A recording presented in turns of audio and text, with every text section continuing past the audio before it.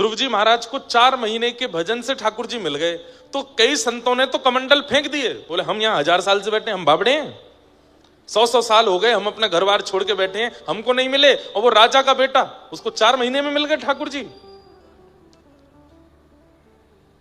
तब नारद जी महाराज प्रकट हो गए, प्रकट होकर के नारद जी ने एक कथा सुनाई। बोले 2 भक्त एक साथ गए भजन करने के लिए, मैंने ठाकुर जी से कहा 2 भक्त एक साथ आए हैं, आप कब कब किसको मिलने वाले हो बताओ। बोले एक भक्त से जाके कहो उसके वृक्ष में जितने पत्ते हैं मैं उतने दिन में आऊंगा, वो जिस वृक्ष के नीचे बैठा है उसमें जितने पत्ते हैं मैं उतने दिन में आऊंगा। और दूसरे से कहना वो जिस वृक्ष के नीचे बैठा उसमें जितने पत्ते उतने वर्ष में आऊंगा। नारद जी बोले दोनों एक साथ आए हैं, दोनों एक साथ कर रहे हैं, दोनों वट वृक्ष के नीचे बैठे हैं, दोनों के वृक्षों में असंख्य पत्ते हैं, आपने इतना भेदभाव क्यों किया। ठाकुर जी बोले हम बताएंगे नहीं, तुम जाके बस कह दो, अपने आप पता चलेगा। पहले भक्त से जाके कहा अरे भैया तेरे तो भाग्य खुल गए। अरे नारद जी कब मिलेंगे भगवान। बोले बस कुछ दिन की बात और है। बोले कितने दिन। बोले ऊपर जो वृक्ष है इसमें जितने पत्ते हैं इतने दिन में मिलेंगे। उसने ऊपर पत्ते देखे, सिर पटकने लगा, अभी इतने दिन और लगेंगे ठाकुर जी को। अरे पत्नी छोड़ के आया, बच्चे छोड़ के आया, परिवार छोड़ के आया, सब घर बार छोड़ करके मैं आया, इतने दिन और लगाएंगे ठाकुर जी। रोने लगा। नारद जी बोले तू तो रो रहा है, उसका दूसरे का क्या होगा, उसको तो उतने वर्ष में मिलने वाले हैं। चल भैया थोड़ी और बोले मैं प्रतीक्षा नहीं, इतने दिन कौन प्रतीक्षा करे, मैं तो जा रहा हूं। नारद जी दूसरे भक्त के पास गए, नारद जी प्रणाम, भगवान कब मिलेंगे। बोले भैया तुम्हारे ऊपर वृक्ष में जितने पत्ते हैं उतने वर्ष में मिलेंगे। इतने में ही वो नाचने लगा, उछलने लगा, नारद जी के साथ ही नृत्य करने लगा, उन्हीं की भुजा उठा करके नाचने लगा। जय हो जय हो, आज मेरे कान तृप्त हो गए, मेरा जीवन तृप्त हो गया, मेरा सर्वस्व तृप्त हो गया। नारद जी बोले तेने भैया कुछ उल्टी सीधी बात तो नहीं सुनी, मैंने यूं कही इतने वर्ष में मिलेंगे, तो इतना नाच क्यों रहा है, कितने पत्ते हैं पता है, इतने वर्ष और लगेंगे। उस भक्त ने कहा मुझे इस बात की चिंता नहीं कि अवधि कितनी लगेगी, पर आपने ये कहा कि मिलेंगे, मुझे इसी बात से प्रसन्नता है कि वो मिलने तो आएंगे, आज नहीं तो कल आएंगे, कल नहीं तो परसों आएंगे, परसों नहीं तो 20, कभी भी आवे, लेकिन ठाकुर जी ने ये कहा है ना कि वो मिलेंगे, अब वो चाहे जब आवे, मुझे उसी में प्रसन्नता है। इतने में ही ठाकुर जी वहीं प्रकट हो गए और प्रकट होकर के उस भक्त को दर्शन दे दिया। नारद जी महाराज बोले आप झूठे, आपके वेद पुराण झूठे, आपकी सब बातें झूठी, और ऊपर से मुझे भी झूठा बना दिया। ये क्या किया आपने, आपने तो कहा था इतने वर्ष में मिलोगे। ठाकुर जी बोले लगना तो इतना ही वर्ष था, लेकिन तुमने जैसे ही कहा मिलेंगे तो उसकी इतनी उत्सुकता बढ़ी, इतनी उत्सुकता बढ़ी कि उसकी उत्सुकता में जो वर्ष की अवधि थी वो क्षण भर मात्र हो गई, और क्षण भर में वो सारे वर्ष पूर्ण हो गए और मैं तुरंत प्रकट हो गया। समझ में आई बात। मुझसे राधा रमण जी को मिलने के लिए 10 साल का समय और है, मान लो। अब 10 साल 15 भी हो सकते हैं, 20 भी हो सकते हैं। कब? यदि मुझमें आलस्य आ जाए, यदि मुझमें विकार आ जाए, यदि मुझमें उत्सुकता की कमी आ जाए, तो वो 10 के 15 भी हो सकते हैं, 15 के 20 भी हो सकते हैं, 20 के 2 वर्ष भी हो सकते हैं, 20 के 2 जन्म भी हो सकते हैं, एक कल्प भी हो सकता है, एक युग भी हो सकता है। जितनी मेरी उत्सुकता घटती जाएगी ठाकुर जी उतने दूर होते चले जाएंगे, और जितनी उत्सुकता बढ़ती चली जाती है। देखो जज साहब बैठे हैं यहाँ पे, अब मुझे तो ज्यादा अनुभव नहीं है, पर हमने ऐसा सुना है कि जब कैदी जेल चला जाता है तो उसको जितने दिन की वो दी जाती है, क्या बोलते हैं, सजा। अब समझो कि उसको उम्र कैद दी गई। उम्र कैद में कितने वर्ष की सजा होती है? 14 वर्ष की। अब वही बैठे हैं, वो बताएं कितने वर्ष की होती है? 14 वर्ष की। अब 14 वर्ष की सजा होती है। किसी को आजीवन कारावास होता है, किसी को और भी होता है, पर मैंने ऐसा सुना है, मुझे पक्का नहीं पता, पर जब कारावास में वो व्यक्ति अपना जीवन बड़ी अनुकूलता से जीने लगता है और बड़ा नियमित रूप से रहने लगता है, जो कार्य उसको मिलता है उसमें भी निपुणता रखता है, अपने जीवन को साध के रखता है, तो शायद कुछ समय बाद उसकी जो अवधि है वो घटा दी जाती है। उसको जितने दिन रहना है, अब ऑर्डर तो ऑर्डर है, अब ऑर्डर तो हुआ था कि 14 वर्ष रहेगा, लेकिन उसने अपना जीवन इतना सुगम बना लिया, इतना योग्य बना लिया, अपने विचार व्यवहार से इतना मोह लिया सबको कि फिर याचक लोग ही जाकर के कहते हैं, बोले महाराज वो बड़ा बढ़िया से रहता है, ठीक है, कोई ऐसी दिक्कत, तो फिर उसकी जो सजा की अवधि थी उसको घटा देते हैं, उसको 8 वर्ष कर दिया, 9 वर्ष कर दिया, चलो इसको अब छोड़ दो, अब हो गया, ठीक है। ठीक वैसे ही मुझसे आपसे मिलने के लिए ठाकुर जी ने एक नियमित समय चुन रखा है सबके लिए। पृथ्वी पर जन्म लेने वाले हर व्यक्ति का जन्म लेते ही ठाकुर जी एक नियमित समय भी रखते हैं, इस समय पर मैं इसको मिलूंगा। लेकिन हमारे कर्म या तो उस अवधि को बढ़ा देते हैं या उस अवधि को घटा देते हैं। वो बढ़ते ही जा रहे हैं, हमारे घट नहीं रहे मेरे और आपके, क्योंकि हमारे कर्म विचार व्यवहार स्वभाव पवित्र ही नहीं है। संसार एक कारावास है, हम आप सब लोग यहाँ नियमित रूप से रह रहे हैं, कारावास के भी नियम होते हैं, यहाँ के भी नियम बनाए गए, पर उन नियमों से विपरीत चल करके जब हम इस कारावास रूपी संसार में रहते हैं तो क्या होता है, जब नियम का उल्लंघन करता है तो और ज्यादा अवधि बढ़ा देते हैं, और 5 साल रखो इसको यहीं पे, और इतने दिन तक इसको यहीं रहना है। तो ठीक उसी प्रकार भैया उत्सुकता जिसमें अधिक होती है उसको ठाकुर जी मिलते हैं। तो आप लोग जब मैं यहां बैठता हूं, अब देखो महाराज जी 29 में आपने कही कि कथा सुनाने आना है, मैंने भी कहा मैं जरूर आऊंगा 7 दिसंबर से कब तक 13 दिसंबर। पर मेरी इच्छा है कि मैं अगली बार श्री हनुमंत लाल जी के चरणों में 7 दिवस की राम कथा सुनाऊं इस बार। और दूसरी बात, महाराज जी मेरे से मिले जब पहली बार तो बोले कि महाराज जी हमारे नैमिषारण्य में लोग नहीं आते, हमारे नैमिषारण्य में बहुत कम भीड़ होती है, ये होता है वो होता है। देखो महाराज जी पीछे आपकी जाली खुलवा दो तो बैठ जाएंगे लोग, बेचारे खड़े हैं वहां पे, उन लोगों को कहाँ बैठवाएं। तो जब राम कथा अगली बार हो तो एक यहाँ पर भी पंडाल बनवा दीजिएगा, और थोड़ी सी कुछ चेंजेस होंगे ताकि लोग बाग बैठ करके कथा सुन सकें। अब हम धीरे धीरे साल में 1 या 2 राम कथा भी करते हैं। मुझे राम कथा बहुत प्रिय लगती है। श्रीमद् भागवत जी तो हम सुनाते ही हैं, पर मन में भाव आता है कि प्रभु श्री रघुनाथ जी का चरित्र कहें, कितना सुंदर लगता है, कितना आनंद आता है कहने में। और एक बात कहूं आपसे, ब्रजवासी के मुख से भागवत कथा सुनना ये तो अच्छी बात है। भागवत ब्रजवासी जब ब्रज लीला कहता है तो ऐसा लगता है ठाकुर जी प्रत्यक्ष प्रकट हो गए हैं सामने। पर वही ब्रजवासी जब अयोध्या वाले श्री राम जी का चरित्र सुनाता है ना, तो रघुनाथ जी भी आनंदित हो जाते हैं, रघुनाथ जी भी प्रसन्न होते हैं। और श्री हनुमान जी जो हैं ये तो प्रभु चरित्र सुनवे के रसिया हैं। जब अलग अलग वक्ता इनको राम कथा सुनाते हैं तो इनको भी प्रसन्नता होती है। लेकिन कोई राम कथा अवधी भाषा की राम कथा और कोई ब्रजवासी सुनावे ब्रज भाषा में कितना अच्छा लगेगा है।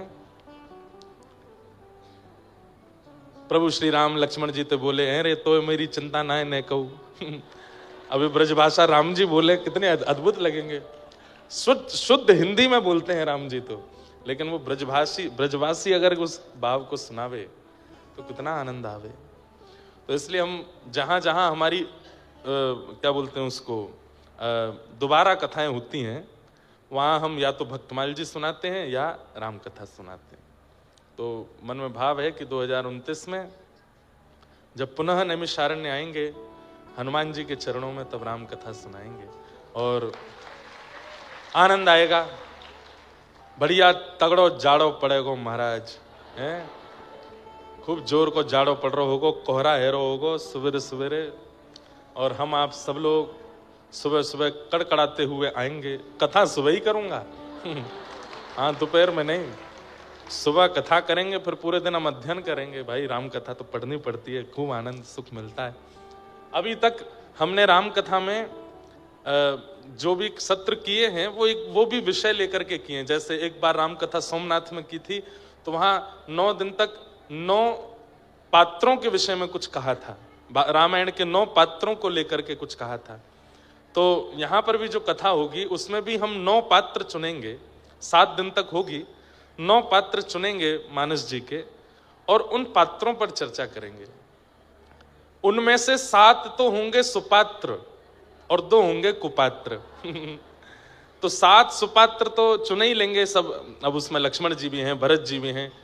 राघव जी की लीला नहीं सुननी है, भक्तों के, उनके जो आसपास के हैं उनकी लीला सुनिए। राम जी का तो अपने आप यश हो जाता है। तो भरत जी का चरित्र सुनेंगे, लक्ष्मण जी का सुनेंगे, सीता जी का सुनेंगे, भरत जी की पत्नी, लक्ष्मण जी की पत्नी, शत्रुघ्न जी की पत्नी। शत्रुघ्न जी का चरित्र बहुत सुंदर है, जो कि सबसे कह दें गोपनीय पात्र हैं राम मानस जी के, और उनका चरित्र सुनेंगे। तो 7 सुपात्र और 2 कुपात्र। 2 कुपात्र कौन कौन होंगे? एक होगी मंथरा और दूसरे होंगे शूर्पणखा। शूर्पणखा या रावण, जो भी मन में भाव है।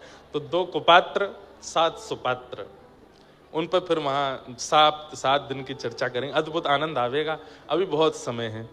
अभी कौन सा चल रहा है? 2026। 27 पूरा नहीं, अभी तो 26 ही पूरा, फिर 27 पूरा, फिर 28 पूरा, फिर 29 पूरा, तब जाकर के नैमिषारण्य में कथा होएगी और आनंद आएगा। और एक बात बताऊं आपको मैं, ये हनुमान जी महाराज है ना, इन्होंने गदा हाथ में लेकर के, बढ़िया विकराल रूप बना करके, पर्वत आदि हाथ में लेकर के हम सब लोगों को एक बहकावे में रखा है। किस बहकावे में? कि मैं ऐसा ही हूं, मुझे ऐसे ही मान के भजो। हम सबको वह रूप दिखा करके चुपचाप भीतर बैठ करके अत्यंत वाष्प वारी परिपूर्ण लोचनम, श्री राम कहते हुए निरंतर उसी भाव में निमग्न होकर के बस, अरे सहचरी हैं। आपको पता है श्री चारुशिला जी, श्री हनुमान जी का सखी स्वरूप है चारुशिला जी का। कथा आती है कि सूर्य उदय से सूर्य अस्त तक श्री हनुमान जी महाराज राम जी के पास ही रहते हैं। 1 मिनट के लिए नहीं छोड़ते, बल्कि चरणों को गोद में लेके बैठते हैं। सभा, राम जी की सभा में भी जो कुछ भी होता है, हनुमान जी महाराज ऐसे ही बैठे रहते हैं, चरण नहीं छोड़ते राम जी के, किसी को छूने भी नहीं देते। मेरा ये अधिकार है बस। और बोले इसमें आप भले स्वार्थी मानो मुझे, पर ये चरण मैं नहीं छोड़ूंगा। लेकिन जैसे ही सूर्य अस्ताचल को जाते हैं, हनुमान जी महाराज की घबराहट शुरू हो जाती है। अब सूर्य अस्त हो जाएगा, राम जी कनक भवन में चले जाएंगे, अंतःपुर में चले जाएंगे। वहां सखियां मुझको जाने नहीं देती। अंतःपुर में निज निवास में तो केवल सीता जी और सब सखियों का प्रवेश है, वहां हनुमान जी नहीं जाते। तो हनुमान जी कनक भवन के द्वार तक जाते हैं तो बाहर ही चंपक लता आदि सखियां रोक देती हैं। हनुमान जी बस बस बस, अब यहाँ से राघव जी का हाथ हमें दे दो। तो फिर अंतःपुर कनक भवन की अंदर की लीला में चंपक लता जी लेकर के श्री राम जी को भीतर जाती हैं। और श्री हनुमान जी द्वार पर खड़े खड़े इतना रोते हैं, इतना रोते हैं। क्यों? अब मैं रात भर कैसे रहूं, बिना राघव जी को देखे मैं कैसे समय निकालूं। रात भर द्वार पे बैठे बैठे रोते हैं और दिन भर तो राम राम बजते हैं और पूरी रात सूर्य नारायण का भजन करते हैं। हे गुरुदेव भगवान, इतना समय क्यों लगा रहे हो? आप जल्दी प्रकट हो जाइए ना, जल्दी उदित हो जाइए। आप उदित होंगे तभी मेरे रघुवर बाहर आएंगे।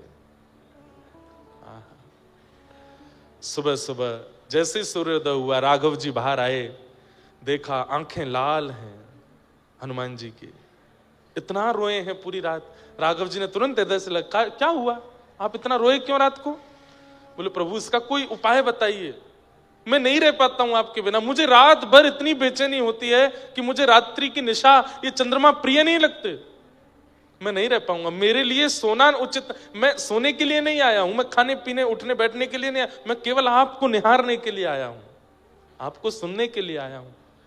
ये रात्रि का काल मुझसे सहा नहीं जाता, कृपा करके मुझे कुछ अनुभव कराइए, मैं रात में कैसे आपके साथ रहूं। तब राघव जी बोले, देखो हम गृहस्थाश्रम में हैं और गृहस्थाश्रम में कुछ अधिकार गृहिणी के होते हैं, उसमें सारे अधिकार मेरे नहीं हैं। हम पूरे दिन सबको बांट देते हैं, व्यक्ति का स्वभाव है वो दिन को बांटता है, रात्रि को अपनों के लिए रखता है। आप हमसे कहोगे महाराज जी मिलना है, तो हम क्या कहेंगे? आज 2 बजे आ जाना, चलो 5 बजे आ जाना। लेकिन कोई बहुत घनिष्ठ आएगा, उसको क्या बोलेंगे? चलो रात में 10 बजे बैठेंगे। हाँ, क्यों? अपनों को रात्रि बांटी जाती है, परायों को दिन बांटा जाता है। मानव ऐसे ही रहता है। मुझे बहुत परायापन लगता है कि मुझे रात में आपका सानिध्य नहीं मिलता, कृपा कीजिए मुझ पर। तो राम जी बोले, कुछ अधिकार गृहिणी के होते हैं, तुम सीता जी से कहना, मैं उसमें कुछ नहीं कह पाऊंगा। हनुमान जी द्वार पर ही बैठे रहे, चंपक लता आदि सखियां आई, बोले क्या बात है? बोले मुझे मैया से मिलना है, मैया को बोलो मैं बैठा हूं बाहर। सीता जी से कहा, बोले लेके आओ भीतर। तुरंत हनुमान जी गए, इतना रोए चरणों में, बोले मुझ पर कृपा करो, अनुग्रह करो, मैं कैसे रहूं अपने राघव जी के साथ। सीता जी बोली, देखो पूरा दिन तो हमने तुमको दे रखा है, राम जी पूरे दिन दिखते भी नहीं हमको, पर कम से कम रात में तो इतना ध्यान रखो, हम गृहिणी हैं और ये अंतःपुर है, यहां पर सबका प्रवेश नहीं। हनुमान जी बोले, मैं तप करने चला जाऊं। बोले क्या करोगे तप में? बोले तप में वरदान मांगूंगा कि मैं भी सखी बन जाऊं, ताकि मुझे भी अंतःपुर मिले। बोले ये सब करने की आवश्यकता नहीं, तुम बढ़िया रहो प्रेम से। तब जैसे हनुमान जी बाहर आने लगे, सीता जी ने तो मना कर दिया, तो चंपक लता सखी ने हनुमान जी से कहा, सुनो आप सरजू जी के पास जाओ, इस अयोध्या नगरी की प्रथम सहचरी सरजू जी हैं, यदि वो अनुग्रह कर देंगी तो कृपा हो जाएगी। और श्री हनुमान जी महाराज इतनी विरह वेदना में सरजू जी के तट पर बैठे हैं कि जैसे ही हनुमान जी का अश्रुबिंद प्रकट होकर के ठोड़ी पर एक बिंदु बना और जैसे ही टपक करके श्री सरजू जी में गिरा, सरजू जी का जल उष्ण हो गया, गर्म हो गया, भाप उठने लगा। तुरंत सरजू जी प्रकट हो गई और प्रकट होकर के कहा, हे यमलोक के राजा यमराज, इतनी वेदना, इतनी पीड़ा क्या कभी किसी को यमलोक में होती है? जितनी वेदना, जितनी पीड़ा में ये एक अश्रुबिंद है। यमराज कहते हैं, इतनी वेदना तो यमलोक में भी किसी को नहीं होती, कौन है इतनी वेदना में? तब देखा तो तट पर श्री हनुमान जी बैठे हैं, कितनी वेदना है उनको राघव जी के दर्शन की। सरजू जी गई और जाकर, क्या बात है हनुमान? बोले मुझे सखी बनाओ, मुझे सहचरी बनाओ, मुझे अब ये पुरुष वेश में नहीं रहना, मुझे ये बानर वेश में नहीं रहना, मुझे सखी बनाओ, मुझे अंतःपुर में रहना है, राघव जी के संग रहना है, और ऐसी कृपा कर दो दिन में मैं हनुमान बन के रहूं, रात्रि में मैं सखी हो जाऊं। और श्री सरजू जी ने कृपा करके वीणा प्रदान की श्री हनुमान जी को, और संध्या होते ही आशीर्वाद दिया कि संध्या होते ही आप चारुशिला सखी के रूप में प्रकट हो जाओगे और अंतःपुर में श्री राघव जी की सेवा करोगे। तो दिन भर तो श्री हनुमान जी महाराज गदा लेकर के या उठा के मार, वाय उठा के फेंक दे, पूरे दिन ऐसे उग्र रूप में रहते हैं, लेकिन संध्या होते ही सूर्य अस्ताचल को जैसे जाते हैं, चारुशिला सखी बन जाते हैं और वीणा लेकर के पूरी रात श्री राघव जी को देखते रहते हैं और वीणा का वादन करते हैं। पूरी रात श्री राघव जी को वीणा सिखाते, सुनाते हैं। हमारे महंत जी कह रहे, बोले महाराज जी कभी कभी रात्रि में मैंने पूछा, मैंने कहा इतने अद्भुत हनुमान जी हैं, ऐसा हो नहीं सकता कि यहाँ कोई अनुभव ना होता हो। और मैं जो सुनना चाह रहा था वो मैंने सुन लिया। कई बार मैंने कई हनुमान जी के स्थानों पर कथा की, कईयों ने कहा हमें हनुमान जी के हुंकार की आवाज आती है, कभी राम की आवाज आती है, कभी चलते हैं तो उनके धम धम धमक की आवाज आती है, कभी खड़ाओं की। तो ये सब महाराज जी ने भी बताए, तो मैं लेकिन कुछ सुनना चाह रहा था और वो यही था कि महाराज जी रात्रि में घुंघरू की आवाज आती है। मैंने कहा हाँ, अब लगा कि राम हनुमान जी यहीं बैठे हैं, क्योंकि वो रात्रि में चारुशिला रूप में होते हैं और उस समय श्री राघव जी को प्रसन्न करने के लिए, श्री राघव जी के मन को आनंदित करने के लिए वो सखी रूप धारण करके नृत्य करते हैं, गायन करते हैं। ऐसे श्री हनुमान जी। मैं जब से कथा करने आया, मैं एक ही बार गया हूं अभी तक दर्शन करने, पर वो छवि ऐसी बस गई है नेत्रों में। इतना अद्भुत स्वरूप है श्री हनुमान जी का, हनुमानगढ़ी के, मैं क्या बताऊं। ये सौभाग्य है हमारे महंत जी का, पूरे परिवार का, जो इनकी सेवा उन्हें प्राप्त है। ऐसे देखो, ऐसी झांकी कहीं नहीं देखी होगी, ऐसे मोटे मोटे लड्डू ये ऐसे धारण करते हैं यहाँ पर, जैसे मानो बंक मुस्कान, एक बांकी मुस्कान होती है ना, ऐसी मुस्कान है श्री हनुमान जी की, अद्भुत झांकी है। राघव जी की बड़ी बड़ी अंतःपुर की लीलाएं हैं जिनको व्यास मंच से कई लोग नहीं सुनाते, और नहीं सुनाना भी नहीं चाहिए, सारे भाव नहीं बताने चाहिए कथा में। पर हमारे रामानुज गुरु जी, पूज्य पिताजी महाराज के गुरु जी एक लीला सुनाते थे, वो और सुनाऊं। अंतःपुर में कैसी लीला होती है कि रोज राघव जी जब भीतर कनक भवन में आते हैं तो दरवाजा बंद करते ही सब सखियां कहती हैं, मर्यादा बाहर छोड़ के आए हो ना, मर्यादा पुरुषोत्तम, मर्यादा पुरुषोत्तम, पूरे दिन मर्यादा पुरुषोत्तम बने घूमते हो, ये अंतःपुर में मर्यादा नहीं। तो राघव जी बोलते हैं हाँ, अब जैसे चाहो बैठा लो। तो सब सखियां लेकर के राम जी को घुमाती हैं, कभी झूला पे बैठाती हैं, कभी कुछ करती हैं। अभी तो ये होली का, इतनी सुंदर होली है राघव जी की, कल अगर अनुभव लगा तो कल सुनाऊंगा। तो सीता जी बोली आज क्या विनोद करें, केवल वृंदावन चंद्र ही विनोद नहीं करते हैं, प्रिया प्रियतम आनंद नहीं करते, यहाँ राघव जी और सिया जी का भी सुख होता है। वो आज क्या विनोद करें? तो सब सखियां बोली क्या करें, नृत्य करें? बोले नृत्य तो रोज ही करते हैं। गायन करें? बोले वो भी रोज ही होता है। कुछ नया बनाए? बोले वो भी रोज। कुछ अलग करो आज। तो राघव जी बोले क्या अलग करो, कुछ अलग नहीं करना, वही कर लो जो रोज करते हो, कुछ गा लो, बजा लो, नाच लो। थोड़े से राघव जी, ये हमारे ठाकुर जी से कही होती है बात राधा रानी ने। ठाकुर जी तो 50 प्रकार के नियम बताए, ये कर लो, ये कर लो, ऐसे कर लो। लेकिन राघव जी कहीं ना कहीं थोड़े से अंतरंग भाव में रहते हैं। इतने में ही सिया जी के मन में आई, बोले हाँ एक युक्ति है। बोले क्या? आज आप लहंगा पहनो, चुनरी पहनो, आंखन में काजल लगाओ, होठन पे लालिमा लगाओ, गले में गहने पहनो, सारे केस खोल करके यहां सिंदूर डालो और हमारा रूप बना के हमारा अभिनय आप करो और हमें लाओ, धनुष बाण दो, अपनी पीतांबरी दो, सिर पर मुकुट धारण कराओ, हम केस खोल करके आज हम राघव जी का अभिनय करेंगे और आप सीता जी का। राम जी बोले ये सब नहीं करना, कुछ नहीं करना, हम ही रहने दो, तुम ही रहो। सीता जी बोली करना पड़ेगा, ये अंतःपुर है, ये आपकी सभा नहीं है कि वहां सभा में जाकर के आपकी बात मानी जाएगी, ये कनक भवन है, यहाँ हमारी बात मानी जाएगी। राघव जी बोले तो ये क्या तरीका है कि हम कुंडल उंडल पहन करके, आंखन में काजल लगा के, लहंगा बढ़िया पहन के घूमे? बोले कोई बात नहीं, एक विनोद होगा, सखियों को सुख मिलेगा। दूर खड़े चारुशला जी के रूप में हनुमान जी बड़े प्रसन्न, बोले आज आनंद आएगा, करवा। राम जी अंत में बेचारे हार गए, बोले कि ठीक है, कहाँ है, दीजिए अपने वस्त्र। सीता जी ने अपने संपूर्ण वस्त्र श्रृंगार सब दिया। बोले मैं करूं श्रृंगार? बोले नहीं नहीं, आप भीतर नहीं आओगे, मैं खुद कर लूंगा। चारुशला जी बोली मुझे दे दीजिए अधिकार। हनुमान जी वो राघव जी को लेकर के भीतर गए, लहंगा पहनाया, ऊपर चुनरी उड़ाई, आंखन में काजल लगायो। बार बार हनुमान जी के नेत्र सजल हो जाते हैं कि ये सुख तो है जो मुझे बाहर नहीं मिल रहा था, वो अब अंतःपुर में मिल रहा है। और वहां चंपक लता सखी लेकर के गई हैं श्री सिया जी को, और वहां राघव जी का रूप, आहा, नव कंजलोचन कंज मुख कर कंज पद कंजारुण, अद्भुत रूप धारण किया। अब आज कैसा दर्शन हो रहा है? बोले राम जी हो गए गोरे गोरे और सीता जी हो गई हैं सांवली सी। क्यों? श्री राघव जी सीता जी के रूप में और सीता जी श्री राम जी के रूप में। जैसे ही राम जी के रूप में सीता जी निकल करके आई, सब सखियां देख करके आहा बलैया लेने लगी, कितने सुंदर लग रहे हैं, कितने सुंदर लग रहे हैं, तरण तोड़ने लगी, राई नौन करने लगी, इतने सुंदर लग रहे हैं, आज गोरे राम हुए हैं। अब सब प्रतीक्षा कर रहे हैं सिया जी कब आवेंगी। आहा, तभी नूपुरों की छम छम छम आवाज आने लगी। आहा, जैसे ही सिया जी के रूप में श्री राघव जी आए, सखीन की तो दूर की बात, राम रूप में श्री सीता जी ही मूर्छित हो गई देख करके, इतने सुंदर लग रहे हैं, इतने मनमोहक लग रहे हैं। जैसे तैसे होश में आई, होश में आकर के बोली सुनिए एक काम। बोले क्या? आज से जब तक पृथ्वी पर हम हैं कनक भवन के अंदर, आप ऐसे ही रहोगे, अब हमें ऐसे ही देखना है। राम जी बोले ये सब नहीं चलेगा, हमें आज बना लिया है पर कल से। वो कितने सुंदर लग रहे हैं।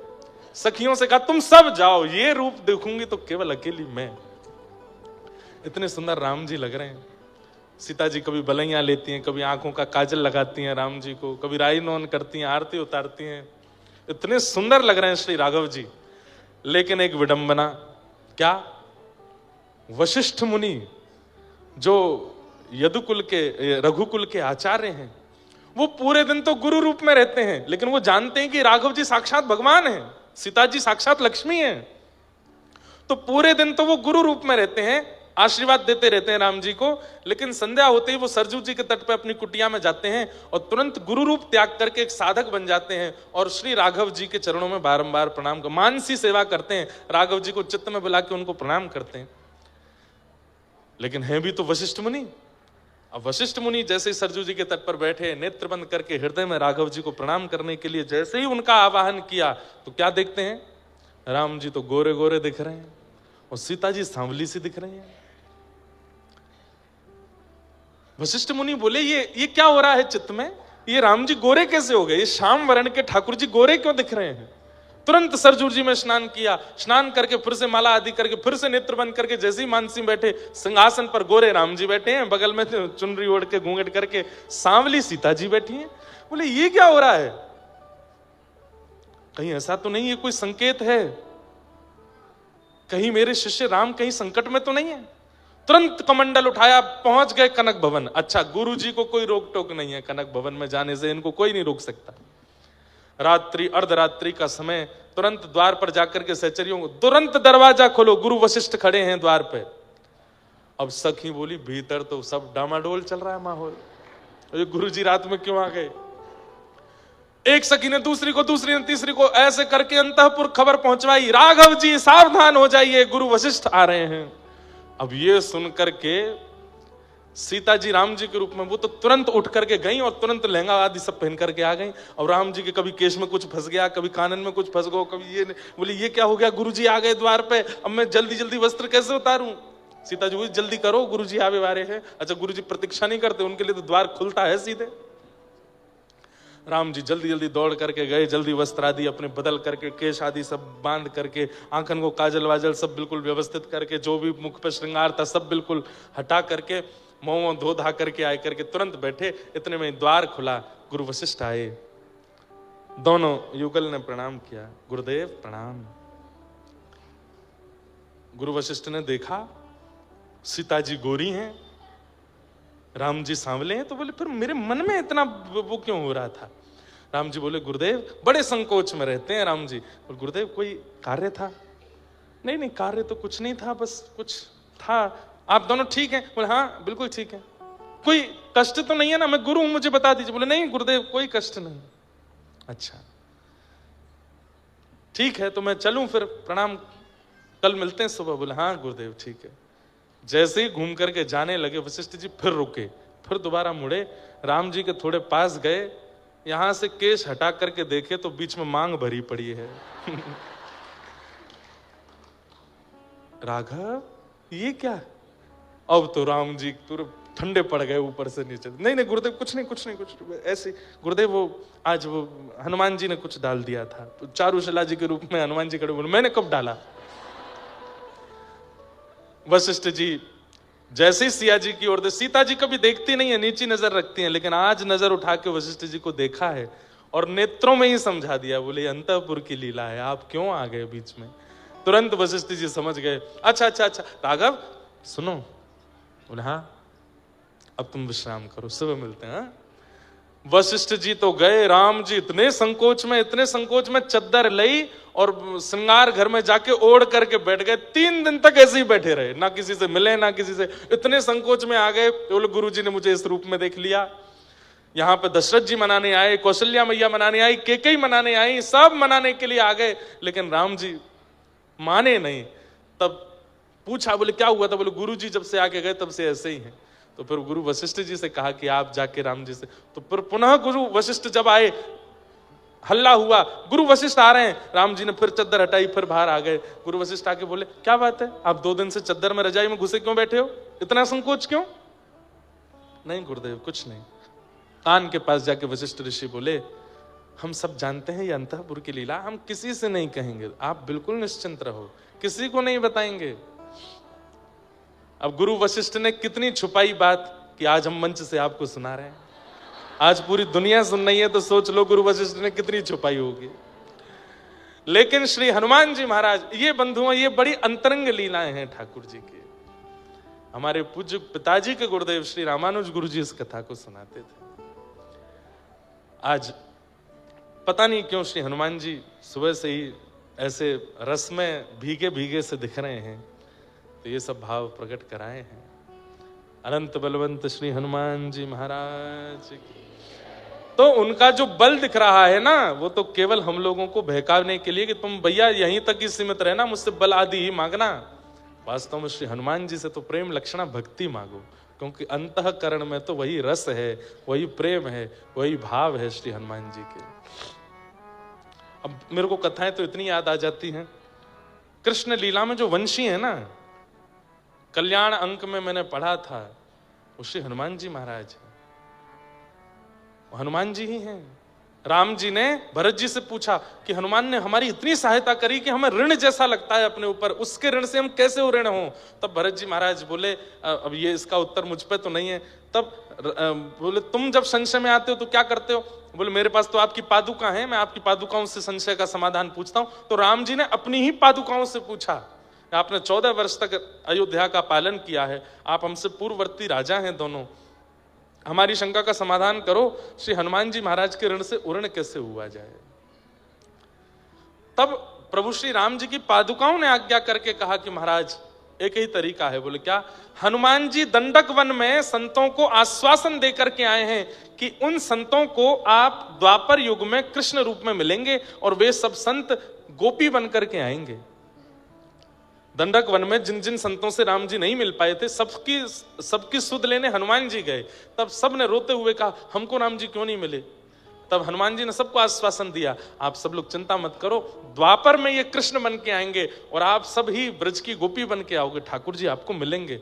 तब एक संत ने कह दिया, क्या आप आओगे द्वापर में? क्योंकि हम गोपी बन के आ गए, ये कृष्ण बन के आ गए, और कहीं बिचौलिया के रूप में आपने आके हम दोनों को नहीं मिलवाया तो आप आओगे? तो हनुमान जी बोले, ये तो ठाकुर जी जाने, मेरा कोई क्रम है कि नहीं द्वापर में।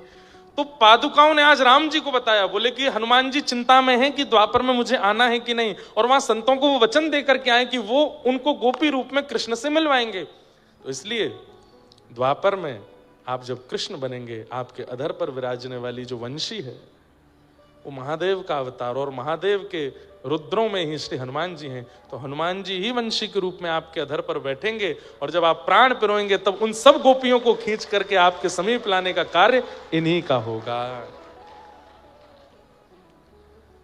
आहा, अद्भुत अद्भुत भाव है। सबको प्रणाम करते हैं। कहां चल रही थी कल कथा? नख पे धार लियो गिरिराज नाम गिरधारी पायो है,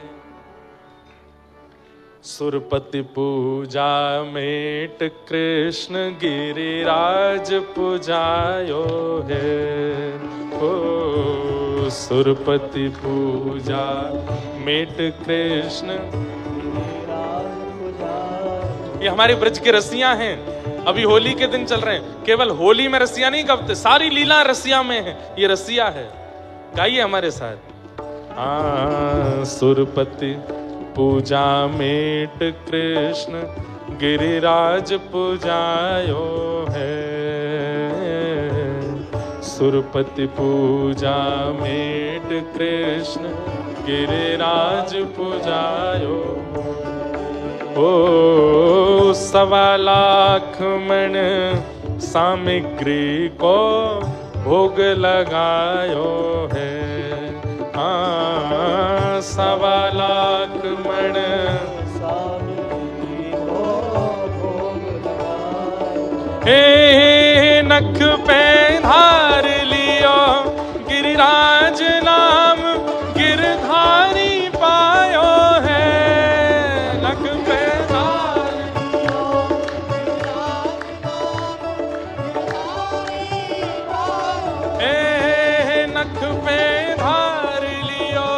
गिरिराज नाम गिरधारी पायो है, नख में धार लियो गिरिराज नाम गिरधारी। बोल गिरिराज धरने की। न ब्रज में बूंद देख सुरपति घबरायो है, ब्रजवासी सब कहें कृष्ण गिरिराज उठायो है, ब्रजवासी सब कहे कृष्ण गिरिराज उठायो है। हो नख पे धार लियो गिरिराज नाम गिरधारी पायो है, नख पे धार लियो गिरिराज नाम गिरधारी। 7 दिन तक, 7 रात्रि तक ठाकुर जी ने श्री गिरिराज जी धारण करके रखे। सुरपति इंद्र तुरंत चरणों में आए और आकर के क्षमा मांगने लगे। पिता गुरुस्त्वं जगतामधीशो दुरत्ययः काल उपात्त दंड, हिताय स्वेच्छा तनुभिः समीहसे, मानं विधुन्वन् जगदीश मानिना। हे नाथ, मुझे क्षमा कर दीजिए, मुझसे अपराध हो गया, मैं आपके रूप को पहचान नहीं पाया, आपकी इस लीला को नहीं जान पाया। आप मेरे पिता हैं, मेरे गुरु हैं, आप चाहें तो मुझे दंडित कर सकते हैं। बंधुओं, इंद्र ने अपराध करने के बाद अपने अपराध को स्वीकार किया। हमारे भारत के विशिष्ट संत हुए श्री विनोबा भावे, महाराष्ट्र के, वे कहते थे कि मानव का सबसे मानव का सबसे सुंदर गुण क्या है? अपने अवगुणों को स्वीकार करना, ये सबसे बड़ा गुण है।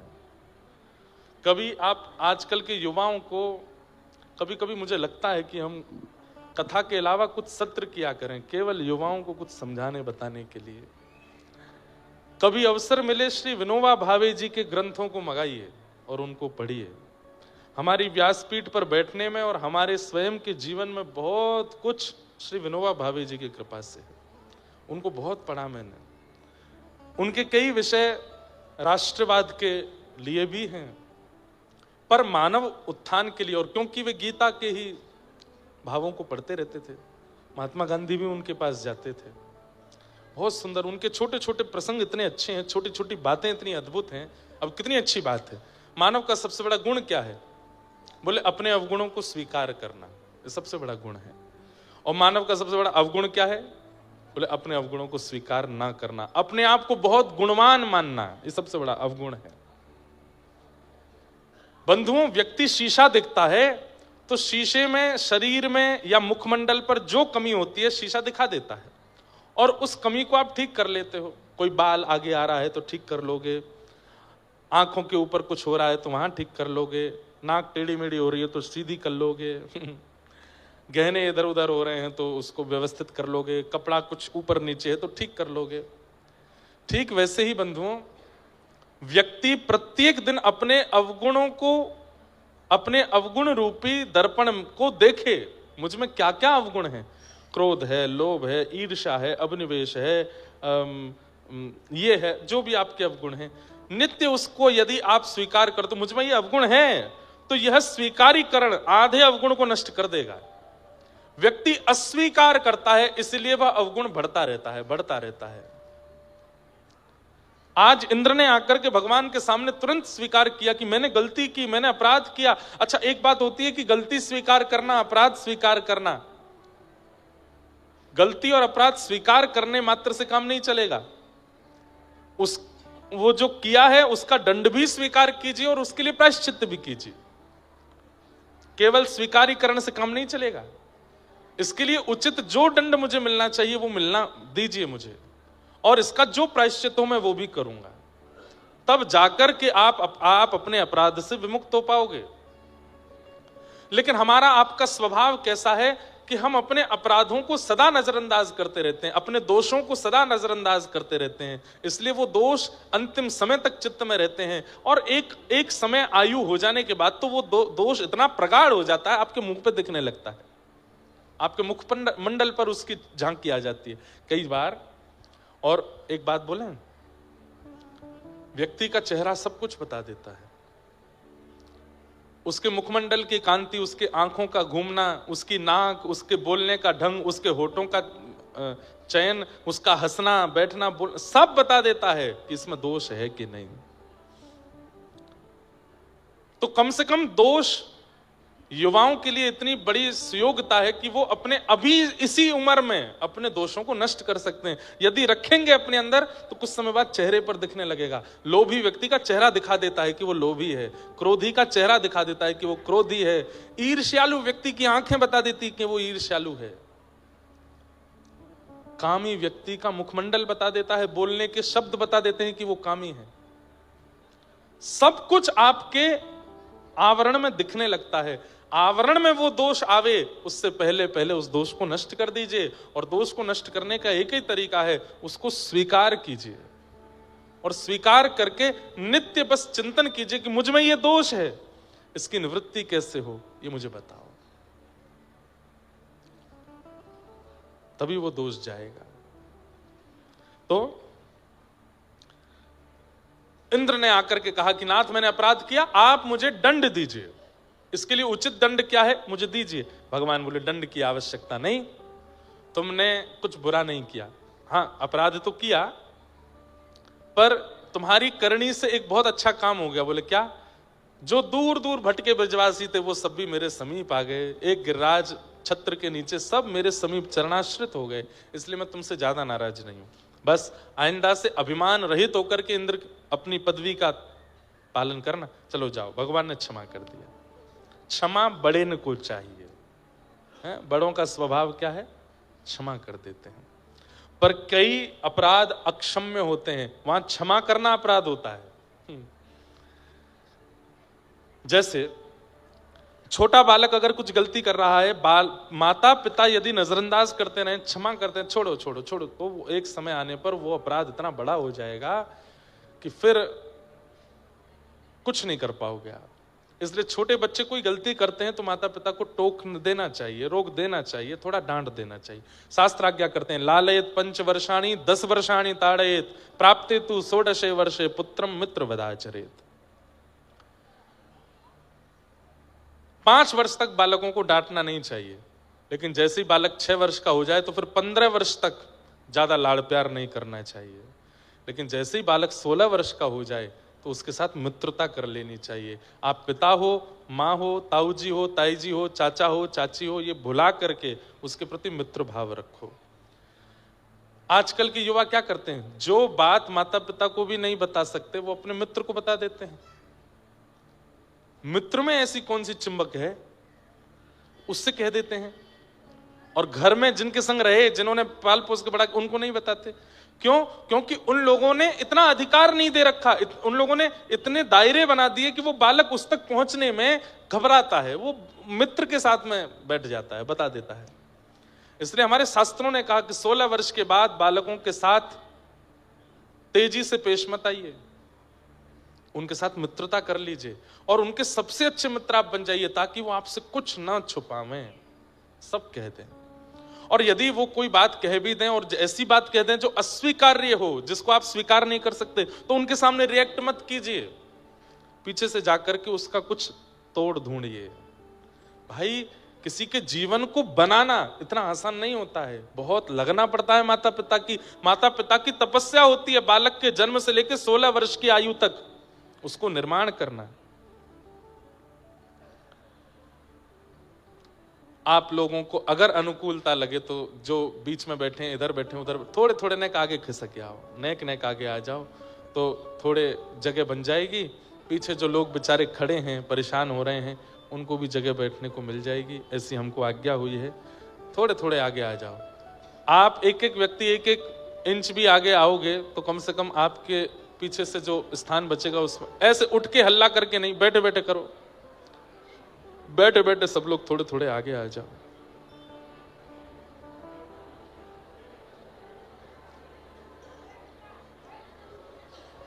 बिना हल्ला किए तो उठेंगे ही नहीं। क्या बताएं महाराज, जल्दी से बैठ जाओ, बैठा दो लोगों को। और कईयों को तो अवसर मिला, 2-4 को कूद काद के आगे आ गए हैं। बैठ जाओ, बैठ जाओ।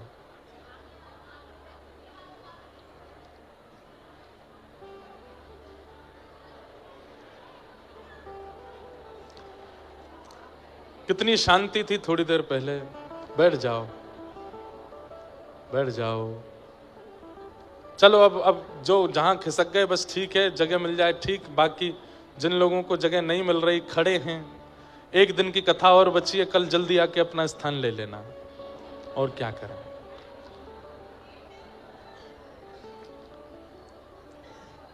कहां थे हम? इंद्र भगवान की स्तुति गा रहे, भगवान की स्तुति गाई, भगवान ने क्षमा कर दिया। तत्पश्चात एकादशी व्रत की कथा बताई गई, एकादशी व्रत के नियम बताए गए। बंधुओं, वैष्णवों की 3 निष्ठा है, नाम निष्ठा, तुलसी निष्ठा और एकादशी निष्ठा। अगर इन 3 निष्ठाओं में से एक निष्ठा भी आपके अंदर है तो आप वैष्णव हो। कौन कौन सी निष्ठा? नाम निष्ठा, ठाकुर जी के नाम के प्रति इतनी उत्सुकता कि बस नाम गाने सदा रुचि, उसमें रुचि रहती है। जरा कहीं कीर्तन शुरू हो जाए तुरंत मन लग जाता है। नाम निष्ठा, नित्य नाम जपते रहते हैं, मन में चित्त में, कई लोग काउंटर लगा के रखते हैं, उसमें जपते रहते हैं, नाम करते रहते हैं। नाम निष्ठा वैष्णव की पहली निष्ठा है। दूसरा वैष्णव का रूप क्या है? तुलसी निष्ठा, अपने गले में तुलसी माला धारण करे, अपने अंग पर तुलसी का स्पर्श होना अनिवार्य है। जिस बिना तुलसी को पधराए ठाकुर जी जल भी पान नहीं करते, हम लोगों का अंतिम समय आएगा तो बिना तुलसी के ठाकुर जी हमको कैसे स्वीकार करें। इसलिए अंतिम समय कभी भी आ सकता है, तुलसी पहनो। और एक बात बताएं, वृंदावन जाइएगा आपकी बार, और ये वाली जो तुलसी है, तुलसी भी है, इसमें भक्तमाल जी हैं मध्य में। अगर ये धारण कर सको तो ये धारण करो। इसमें सब भक्तों के नाम हैं और ये सदा आपके चित्त में विराजते हैं। श्री नाभा गोस्वामी जी के सुंदर भक्तमाल भाव में इसकी बड़ी निष्ठा बताई गई कि जो भक्तमाल अपने चित्त में धारण करता है, अंतिम समय जब उसका आता है, अंतिम काल जब उसका आता है, प्राण निकलने का समय जब आता है, तो जितने भक्त हैं ठाकुर जी के, ध्रुव जी से लेके प्रहलाद जी तक, मीराबाई से लेके सूरदास तक, कुम्मनदास से लेके और नरसिंह मेहता तक, सब प्रकट हो जाते हैं और प्रकट होकर के उस वैष्णव को निकुंज में लेकर के जाते हैं, अगर भक्तमाल जी अंतिम समय पर आपके चित्त से स्पर्शित हैं तो। लेकिन इनको धारण करने के बाद कम से कम भक्ष मदिरा सेवन, अशुद्ध आचरण, उनसे बचना पड़ेगा, क्योंकि इनको धारण करने के बाद अगर कुछ अनर्गल खाया पिया तो फिर दंड और लगेगा, अपराध और लगेगा। तो बस वो आपको करना है। बाकी इनको धारण कर लो, दाएं दाएं डोलो खूब मस्त। जब प्राण निकलेंगे इनमें से सब भक्त प्रकट हो जाएंगे। और भक्त, ठाकुर जी नहीं आ पाए तो क्या हुआ, भक्त आ जाएंगे। अरे भाई, कहीं पर एंट्री करनी है, हम पे वहां का पास नहीं है या अधिकार, तो वहां जो आपका मित्र है उससे मित्रता कर लो। वो मित्र आपको बिना पास के एंटर करा ले जाएगा अंदर, आगे आगे जाके बैठा देगा। ठीक वैसे ही निकुंज में हमारी एंट्री नहीं है, पर हम अगर किसी भक्त को रिझा लें, सूरदास जी को मनाते चलो, मीराबाई को मनाते चलो, नरसिंह मेहता को मनाते चलो, कुम्मनदास को, अपने जीवन में एक भक्त को आश्रय अपने चित्त में विराजमान, उनको भी मनाते चलिए। राधा वल्लभ जी प्रिय लगते हैं तो फिर चित्त में एक भक्त को भी बैठाओ, राधा वल्लभ जी के दर्शन करो और फिर चित्त के उस भक्त को भी मनाओ। बोले हमारी तो योग्यता नहीं, इनके चरण मिले, आप प्रसन्न रहना, आप अंतिम समय में कृपा करके हमको ले चलना है इनके पास। आहा, तो भक्तमाल जी धारण करो, कंठी धारण करो, तुलसी धारण करो। और तीसरी निष्ठा होती है वैष्णव की एकादशी निष्ठा। वो एकादशी के दिन अन्न का सेवन नहीं करता, लेकिन हमारी कई परंपराएं हैं वहां पर एकादशी नहीं होती। जैसे जगन्नाथपुरी में एकादशी नहीं है। इसका मतलब क्या है आपको बताऊं, बहुत गुप्त बात बता रहे हैं, ध्यान से पाते हैं और सबको भी भात पवाते हैं। और उस दिन अगर कोई जगन्नाथपुरी में एकादशी के दिन भात नहीं पाता, महाप्रसाद नहीं पाता, तो उसको दंड और लगता है। लेकिन एकादशी है और आप जगन्नाथपुरी में हो तो आप होटल में नहीं खा सकते, आप बाहर की रसोइयों में नहीं खा सकते, वहां तो आपको व्रत का ही खाना पड़ेगा। आप केवल और केवल मंदिर का प्रसाद पा सकते हो, उसमें कोई दोष नहीं। और केवल जगन्नाथपुरी नहीं, हमारी बात ध्यान से सुनना। आप घर पे बैठे हैं, एकादशी है, और उसी समय कोई बद्री विशाल भगवान का प्रसाद लेकर के आ गया, कोई श्री रंगनाथ भगवान का खीरांग लेकर के आ गया। अब आप मन में विचार करो, ये तो अन्न है, तो अपराध है ना। चाहे एक कणिका लीजिए, उसमें से एक तिनका लीजिए, आपको लेना ही चाहिए। प्रसाद के प्रति अन्न बुद्धि नहीं, प्रसाद के प्रति वस्तु बुद्धि नहीं, प्रसाद के प्रति सामग्री की बुद्धि नहीं होनी चाहिए। प्रसाद के प्रति तो प्रसाद की बुद्धि है, वो अन्न नहीं है। आप उसको अन्न समझ के पाओगे तो फिर प्रसाद के प्रति अपराध बन जाएगा। चैतन्य महाप्रभु कहते हैं प्रसाद क्या है, बोले महाप्रसाद है गोविंदे, वो तो साक्षात गोविंद हैं। अगर एकादशी भी है और उस दिन कोई अन्न की बनी सामग्री मंदिर की प्रसाद के घर पे आ जाए, पूरी मत पाओ, थोड़ा सा उसमें से लेके मुख में ले लो, प्रसाद का सम्मान करो। तो गुप्त बात यह है कि महाप्रभु जगन्नाथ जी साल भर की समस्त एकादशियों में महाप्रसाद पाते हैं।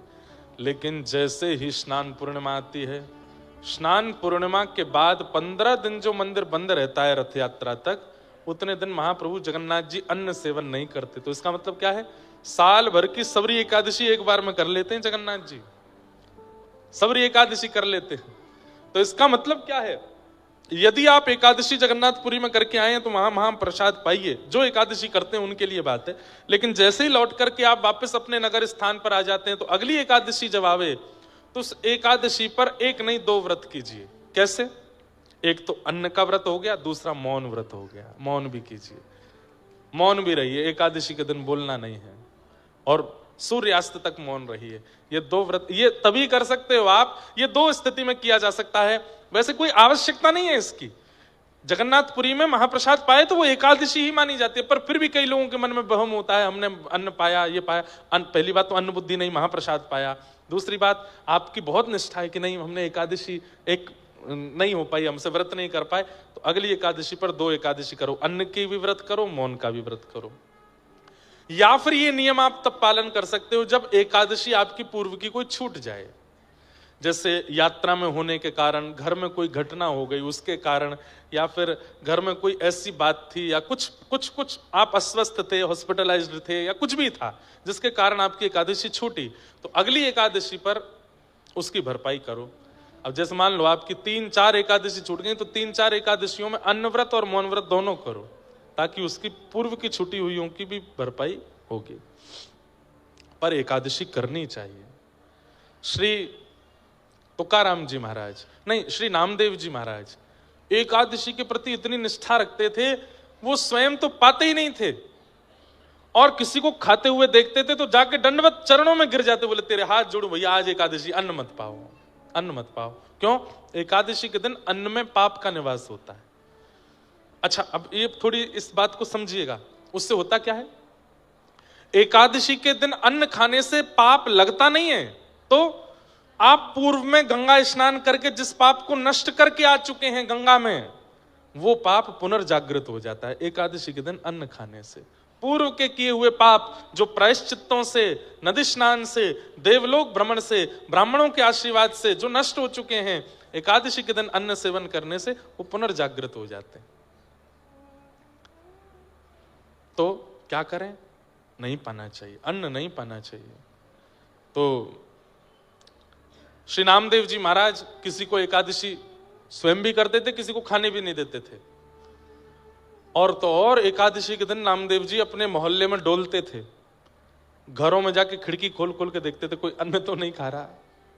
तो वो सब लोग कहते तुम्हारा क्या बिगड़ रहा, हम खा रहे हैं, हमारा मन, हमें नहीं रखनी एकादशी। तो द्वार पे बैठ के रोने लग जाते नामदेव जी, बोले आज अन्न मत खाओ, आज एकादशी है, आज मत खाओ। तो इतनी उनकी एकादशी के प्रति निष्ठा कि एक दिन भगवान बोले मैं परीक्षा लूं या की, और श्री विट्ठल भगवान, पांडुरंग भगवान एक ब्राह्मण का रूप धारण करके आए और पूरे नगर में रोते हुए घूम रहे हैं, अरे मैं बहुत भूखा हूं, मैं बहुत प्यासा हूं, मुझे कोई अन्न पवाओ, मैं 4 दिन से यात्रा पर हूं, मुझे बहुत तेज भूख लगी है। सिर पर त्रिपुंड देख करके, शिखा देख करके, धोती देख करके, जनेऊ देख करके भान तो हो गया था कि ब्राह्मण है। नामदेव जी के द्वार पर जाके ही गिरे भगवान। नामदेव जी बोले अरे अरे विप्रदेव आए। विप्र पत्नी से कहा उठाओ उठाओ उठाओ, क्या कहिए भगवान क्या? बोले मुझे अन्न खिला दो, मुझे बहुत भूख लगी है, मैं प्यासा, भूखा प्यासा हूं, मुझे 4 दिन से कुछ नहीं मिला है, पवा दीजिए कुछ, अगर मुझे अन्न नहीं मिला तो मेरे प्राण चले जाएंगे।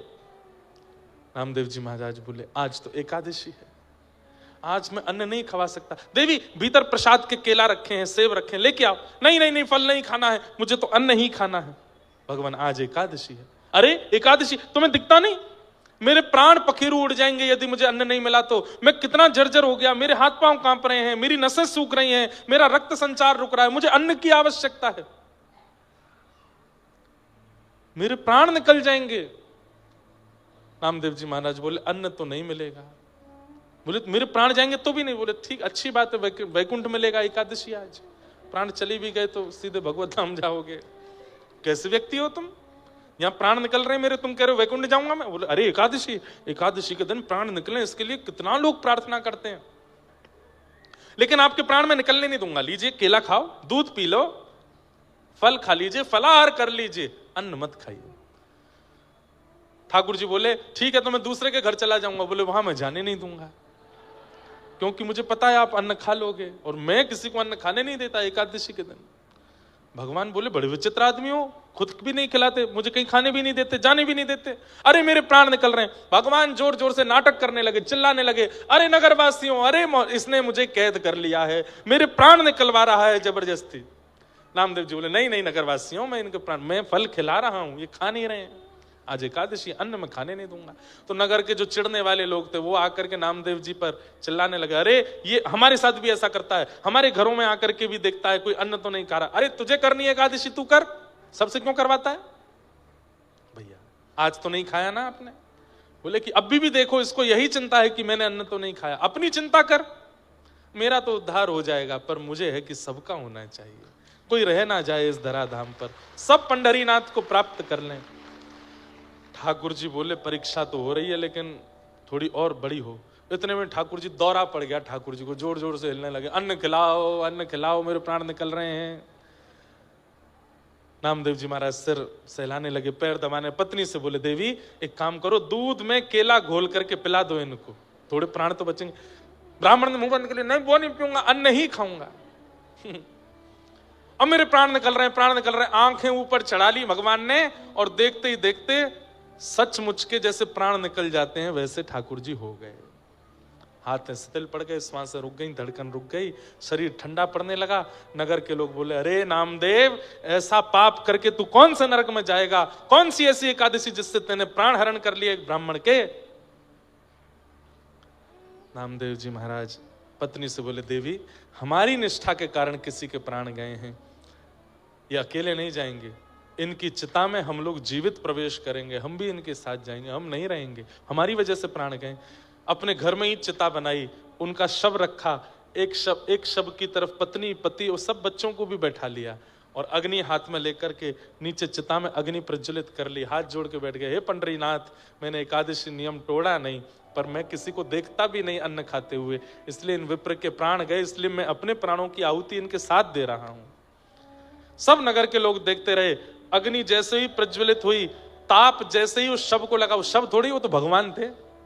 ठाकुर जी कमर में गर्मी से लगी, इतने में ठाकुर जी उठ के बैठ गए, शंख चक्र गदा पद्म धारण चतुर्भुज रूप में प्रकट हो गए। चिता के अंदर से नामदेव जी को, पत्नी को, सबको बाहर निकाला, हृदय से लगा लिया। अरे मेरे नामा, मैं तो परीक्षा लेने आया था तेरी, और तुम उस परीक्षा में सफल हुए, तुम्हारी निष्ठा देखने आया था, कैसी निष्ठा मेरी एकादशी के प्रति। और ये दृश्य देख करके सब नगरवासियों ने भी प्रण ले लिया कि भैया अब हम भी एकादशी करेंगे। जब एकादशी से ठाकुर जी की इतनी प्रसन्नता है तो हम क्यों ना हो। बंधुओं, मैं अपने उद्धार के लिए जब कोई काम करता हूं ना, ठाकुर जी इतने खुश होते हैं, इतने खुश होते हैं। आप अपने उद्धार के लिए जब क्रिया करते हो, ठाकुर जी कहते हैं सोने का छत्र मत चढ़ाओ, पोशाक मत चढ़ाओ, इत्र मत चढ़ाओ, दान दक्षिणा पेटी में मत चढ़ाओ, पर अपने कल्याण उद्धार के लिए तुम क्रिया करो, मुझसे ज्यादा प्रसन्न कोई नहीं होता। ठाकुर जी कहते हैं मुझे इतनी खुशी होती है जब व्यक्ति अपने उद्धार के लिए क्रिया करता है। एकादशी व्रत जब व्यक्ति करता है, उत्साह के साथ करता है, उस दिन ठाकुर जी इतने प्रसन्न होते हैं, हमें देख करके रीझते हैं ठाकुर जी। और यदि वो प्रसन्न हमारी एक क्रिया से होते हैं तो हम क्यों ना करें उन्हें प्रसन्न। अरे संसार में रहने वाले प्रेमी जन एक दूसरे के लिए कितना त्याग करते हैं, क्या हम ठाकुर जी के लिए 15 दिन में आने वाली एक एकादशी में अन्न त्याग नहीं कर सकते? करिए, और बड़ी निष्ठा के साथ उसको करिए। इस प्रकार बताते हुए अब आगे रास पंचाध्यायी का प्रसंग आया। भगवान पिता रात्रि शरदोत्फुल्ल मल्लिका विक्षरन्तुम मनश्चक्रे योग मायामुपाश्रित। बंधुओं, संपूर्ण श्रीमद् भागवत में एक विलक्षणता है, बहुत ध्यान से सुनिए सब लोग, इधर देखो। श्री परीक्षित जी प्रश्न करते हैं और सुखदेव जी उत्तर के रूप में कथा सुनाते हैं। लेकिन रास पंचाध्यायी के विषय में आता है कि यहां परीक्षित ने प्रश्न नहीं किया कि मुझे रास लीला के बारे में बताओ, सुखदेव जी अपने आप ही सुनाने लग गए। क्यों? क्योंकि ये रास का प्रसंग ऐसा है कि जब तक इसमें प्रविष्टि नहीं होगी, इसमें प्रवेश नहीं होगा, संपूर्ण लीलाएं अधूरी सी हैं। भगवान का प्राण है रास पंचाध्यायी। मैं हर कथा में बताता हूं, आज फिर बता रहा हूं, रास का मतलब नृत्य नहीं होता। आप नैमिषारण्य आए हैं कथा सुनने के लिए, ये रस है। लेकिन नैमिषनाथ भगवान आपके घर आ जाएं आपका प्रेम लेने के लिए, वो रास है। आप वृंदावन जाते हो, वो रस है, पर वृंदावन बिहारी आपके पास आ जाते हैं, वो रास है। आप जगन्नाथपुरी जाते हो, वो रस है, पर जगन्नाथ जी आपके घर आ जाते हैं, वो रास है, वो रास है। समझ में आई बात? आप प्रधानमंत्री से मिलने गए, वो रस, पर प्रधानमंत्री आपके घर आ गए, वो रास। रास का मतलब क्या है? मैं हरि का सुमिरन करूं, ये रस है, पर हरि मेरा सुमिरन करें, ये रास है। अपने आप को इतना योग्य बना लीजिए, भक्ति मार्ग में इतना निपुण कर लीजिए कि मेरा सुमिरन हरि करें, मैं पावा विश्राम। भक्ति पथ में गंतव्य क्या है? किसी ने मुझसे कहा आपकी व्यासपीठ का नाम भक्ति पथ है, इस भक्ति पथ का गंतव्य क्या है, डेस्टिनेशन क्या है? तब मैंने कहा भगवत ठाकुर जी मिल जाएंगे तो पथ तो रुक जाएगा, और ये पथ कभी रुकता नहीं है। तो भक्ति पथ का गंतव्य क्या है? बोले मैंने सुमिरन करने से प्रारंभ किया था तो मैं भक्ति पथ पे था, पर मैं सुमिरन करते करते ऐसी स्थिति आई, अब मेरा सुमिरन हरि करने लग गए हैं, ये भक्ति पथ का गंतव्य है। ठाकुर जी मेरा स्मरण करने लगे। आप कहोगे महाराज जी क्या कहना चाहते हैं, भगवान हमारा भजन करते हैं? बोले हाँ, आज पंढरीनाथ भगवान की याद आ रही है। श्री विट्ठल भगवान महाराष्ट्र में विराजमान है। वे नित्य कीर्तन करते हैं, हाथ में करताल लेकर के। रात्रि में जब पुजारी जी मंदिर बंद करके शयन करा करके गए तो पुजारी जी को दृश्य दिखा। कैसा दृश्य दिखा? कि ठाकुर जी भुजा उठा करके करताल बजा रहे हैं और श्री लक्ष्मी जी बगल में बैठ के मृदंग बजा रही हैं और ठाकुर जी उछल उछल करके नृत्य कर रहे हैं। तुरंत पुजारी जी ने जाकर के जैसे ही कपाट खोल करके देखा तो अंदर क्या पाया? आहा, ज्ञानेश्वर माऊली, ज्ञान देव तुकाराम, ज्ञान देव तुकाराम, ज्ञान देव तुकाराम, ज्ञान देव तुकाराम, ज्ञान देव तुकाराम। हमारा कीर्तन क्या है? राधे कृष्ण कृष्ण कृष्ण राधे राधे, राधे श्याम श्याम श्याम। ये हमारा कीर्तन है, ये हम करते हैं ठाकुर जी के लिए। पर ठाकुर जी का कीर्तन क्या है? ज्ञान देव तुकाराम, ज्ञान देव तुकाराम। मीराबाई सक्कूबाई, मीराबाई सक्कूबाई, सूरदास कृष्णदास, सूरदास कृष्ण, हरिवंश हरिदास, हरिवंश हरि, रामानुज रामानंद, रामानुज राम। ये ठाकुर जी का कीर्तन है। अपने सब भक्तों के नाम ठाकुर जी करताल पर गाते हैं और मगन होकर के ठाकुर जी कीर्तन में नृत्य करते हैं, अपने भक्तों को याद करते हैं। हम अभी रस में हैं क्योंकि राधे कृष्ण गाते हैं। कहना नहीं चाहिए, पर जिस दिन ठाकुर जी गाने लगे इंद्रेश इंद्रेश इंद्रेश, समझो अब भयो रास। ये हुआ रास। और गाते हैं ठाकुर जी। इसमें कोई अभिमान युक्त होकर के हम बात आप नहीं कह रहे हैं। जिस दिन मुझसे प्रसन्न होंगे, आपसे प्रसन्न होंगे, ठाकुर जी गाएंगे, हमारा कीर्तन गाएंगे। हमें सुनाने के लिए नहीं, खुद को प्रसन्न करने के लिए ठाकुर जी गाते हैं। किसी ने जाकर के पंढरीनाथ भगवान से कहा कि आप ज्ञानदेव तुकाराम गाते हो और कहते हो मैं भक्तों का कीर्तन करता हूं। अरे भक्त तो असंख्य हैं आपके, आप केवल 2 ही भक्तों का नाम क्यों गाते हो? ठाकुर जी बोले बेटा तुम चतुर हो, हम चतुर शिरोमणि हैं। क्यों? बोले भक्ति शतक के सबसे पहले भक्त हुए श्री ज्ञानेश्वर और भक्ति शतक के अंतिम भक्त हुए तुकाराम। तो मैं प्रथम और अंतिम भक्त को गा लेता हूं, बीच में सबरे आ जाते हैं। ज्ञानदेव पहले भक्त हैं, ज्ञानेश्वर माऊली जब भक्ति शतक आया, 100 साल इस धरती पर केवल भक्त हुए। उसी बीच सूरदास हुए, उसी बीच तुलसीदास हुए, उसी बीच मीराबाई हुई, उसी बीच सक्कूबाई हुई, उसी बीच जितने भक्तों के नाम आप ले लो, कलिकाल में होने वाले भक्त उन 100 वर्षों के बीच में ही हुए। उनमें सबसे पहले भक्त जब पृथ्वी पर आए उनका नाम था ज्ञानेश्वर माऊली, वो भी महाराष्ट्र में हुए। और भक्ति शतक के बिल्कुल अंतिम काल में जो भक्त आए उनका नाम था श्री तुकाराम जी महाराज। इसलिए ठाकुर जी क्या गाते हैं? ज्ञान देव तुकाराम, ज्ञान देव तुकाराम। बीच में सबरे आ गए, बीच में मीराबाई भी आ गई, सक्कूबाई भी आ गई, जनाबाई भी आ गई, सूरदास भी आ गए, तुलसीदास भी आ गए, सब आ गए। सबका नाम ठाकुर जी बीच में ले लेते हैं। अद्भुत है ठाकुर जी, अद्भुत है ठाकुर जी के लिए। तो रास का मतलब समझे, आप ठाकुर जी का स्मरण करो, ये रस है। पर आपका स्मरण ठाकुर जी करें, ये रास है, ये रास है।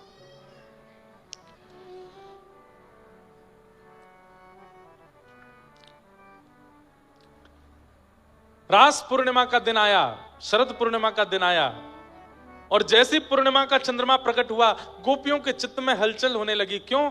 क्योंकि ठाकुर जी ने चीर हरण के समय कहा था कि मैं शरद पूर्णिमा की रात्रि पर रास करूंगा। रास करूंगा मतलब तुम्हें मुझे नहीं बुलाना पड़ेगा, मैं तुमको बुलाऊंगा। और आज गोपियां विचलित हैं, व्याकुल हैं, श्याम सुंदर मिलेंगे, श्याम सुंदर बुलाएंगे। और इतने में ही कदम वृक्ष के नीचे बैठ गए ठाकुर जी और वन में जाकर के आहा क्या कर रहे हैं ठाकुर जी? निशम्य गीतम तदनंगवर्धनम व्रज स्त्रियः कृष्ण गृहीत मानसा आजग्मुरन्योन्यमलक्षितोद्यमा सयत्र कांतो जवलोल कुंडलैः।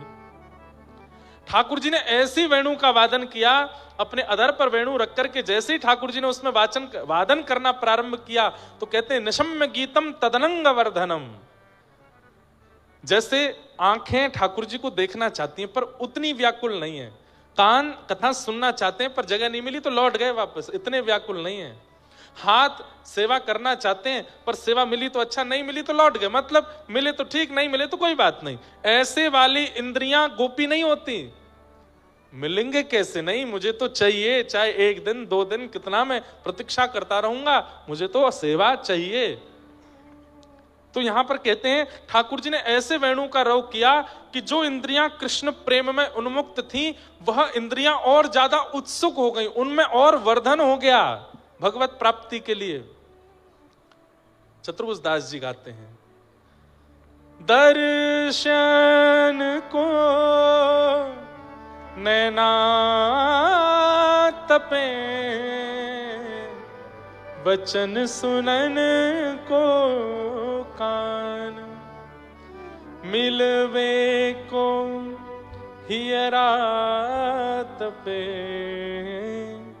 हिय के जीवन प्राण गोवर्धन वासी सांवरे गोवर्धन वासी लाल तुम बिन रयो न जाए रे गोवर्धन वासी। कभी हुआ बंधु ऐसा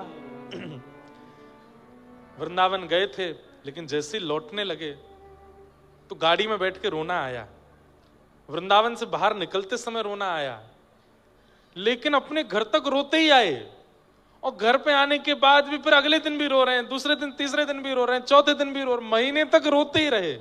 ऐसा नहीं होता, आज की डेट में तो ऐसा नहीं होता। व्यक्ति 1 आध दिन व्याकुल रहता है पर महीनों महीनों तक व्याकुल रहे, ये आज की स्थिति नहीं है। हाँ होता है व्याकुल, संसार की वस्तु के लिए होता है, वो तब तो 10-10 साल तक व्याकुल रहता है व्यक्ति, नस बस काट के बैठ जाता है अपनी, इतना व्याकुल हो। पर ठाकुर जी के लिए कभी कोई ने नस काटी सुना आपने? अब भैया कर मत लेना कहीं, उससे ठाकुर जी नाराज और हो जाएंगे। शरीर को ठोस मत पहुंचाना, व्याकुलता चित्त से होती है भाई, शरीर से नहीं। ये शरीर की गतिविधि अव्यवस्थाओं से कोई अपना प्रेम दिखाना चाह रहा हो, महापाखंडी है वो, ढोंगी है, हृदय से नहीं दिखा पा रहा है इसलिए शरीर से दिखाने का प्रयास कर रहा है। हृदय से दिखाओ। दर्शन को नैना तपे वचन सुनन को कान मिलवे को हियरा तपे हिय के जीवन प्राण गोवर्धन वासी सांवरे तुम बिन रहो न जाए। ऐसी स्थिति। एक प्रसंग आता है कि गोसाई श्री विठलनाथ जी अपने ठाकुर जी नवनीत प्रिया जी, जिनको लड्डू गोपाल कहते हैं, प्रथम नवनीत प्रिया जी श्री श्रीनाथ जी में विराजमान है। इस पूरे ब्रह्मांड के सबसे पहले लड्डू गोपाल, छोटे से हैं, इतने होंगे, नवनीत प्रिया जी। उनको नाम लोगों ने लड्डू गोपाल रख दिया, जबकि हाथ में लड्डू भी नहीं है, वो मक्खन है। उनका मूल असली नाम नवनीत प्रिया लाल, नवनीत मतलब मक्खन, उससे जो प्रेम करे वो लाला, नवनीत प्रिया लाल। तो सेवा करके गोसाई जी बोले जय जय, प्रेम से विराजी हूं, भीतरिया बाहरिया सब आपकी सेवा करेंगे। मैंने एक गोकुल तक है के आऊं। ठाकुर जी सिंहासन पर ऐसे बैठे हैं, जैसे ही गोसाई श्री विठलनाथ जी मंदिर से बाहर निकल के गए, नीचे अपने रथ पर बैठे, ऊपर मंदिर की ओर देखा तो क्या पा रहे हैं, नवनीत प्रिया जी अपने सिंहासन से उठ के जंगला पे खड़े होकर के पूछ रहे हैं, जल्दी आ जाइयो, मुझको आपकी बहुत याद आवे, जल्दी आ जाइयो, मेरो मन ना लगे। गोसाई जी देख करके गए ही नहीं, रथ को भेज दिया, बोले कि अपने जय जय को मैं कष्ट नहीं दे सकता। बेचारे इतने व्याकुल, इसको कहते हैं रास। ठाकुर जी आपके लिए व्याकुल हो जाएं, आपके लिए उत्सुक हो जाएं। तो गोपियां जैसे ही कानों में वेणु रव पड़ा, सबकी इंद्रियां कृष्ण प्रेम में उत्सुक हो गई, दौड़ने लगी गोपियां कृष्ण मिलन के लिए। जैसी अवस्था में थी, ये भी विचार नहीं किया घर के लोग क्या कहेंगे, मेरा काम अधूरा है, इसको छोड़ के चली जाऊं, पति डांटेगा, सास कुछ कहेगी, न कुछ विचार नहीं किया, निकल पड़े सीधे ठाकुर जी के पास।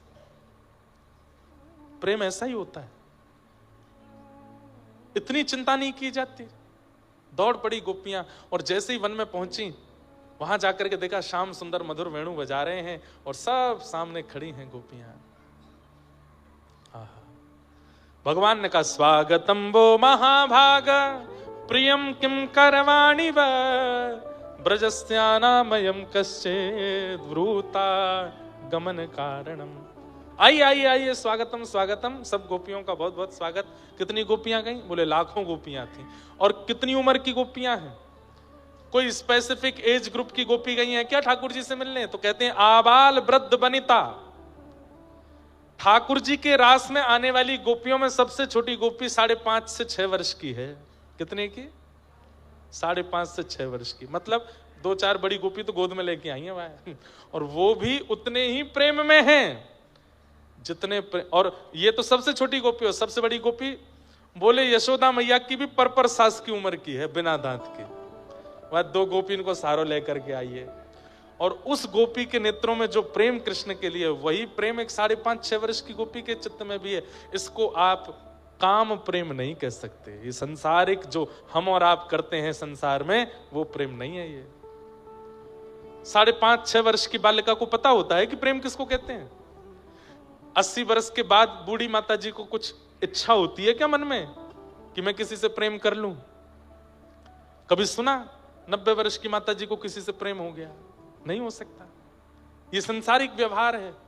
परंतु ठाकुर जी से प्रेम एक 4 वर्ष की बालिका को भी हो जाता है, और 100 वर्ष की अम्मा को भी रहता है। वही तो स्वच्छंद प्रेम है, जहां पर कोई कैटेगराइज्ड प्रेम नहीं है, कोई एज ग्रुप का प्रेम नहीं है। क्यों? क्योंकि वो शारीरिक प्रेम है ही नहीं, वो शरीर की स्थिति है ही नहीं, इसलिए वहां ये सब विचार भी नहीं किए जाते। जो लोग ठाकुर जी की रास लीला को आजकल बहुत विचित्र रूप से देखने लगते हैं, दिखाने लगते हैं, और उसके प्रति ऐसा भाव रखने लगते हैं जब ठाकुर जी कर सकते हैं तो हम क्यों नहीं?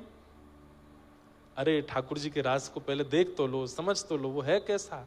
और रास का मतलब नृत्य नहीं है। मैं पुनः कह रहा हूं, परमात्मा का जीवात्मा के प्रति प्रेम, परमात्मा की जीवात्मा के प्रति करुणा, उसको रास कहते हैं। और कह दूं तो कोई अतिशयोक्ति नहीं, परमात्मा का जीवात्मा के प्रति समर्पण। हमेशा जीवात्मा समर्पित रहता है, पर जिस दिन परमात्मा समर्पित हो जाता है जीवात्मा के लिए, वो रास है। वो रास है। सब गोपियां आई, ठाकुर जी ने देखा तो ठाकुर जी ने कही पहले इनकी परीक्षा ले लूं। और भगवान पतिव्रता नारी का धर्म समझाने, राम राम राम राम, तुमने क्या कर दिया? अपने पति बच्चों को छोड़ के चली आई।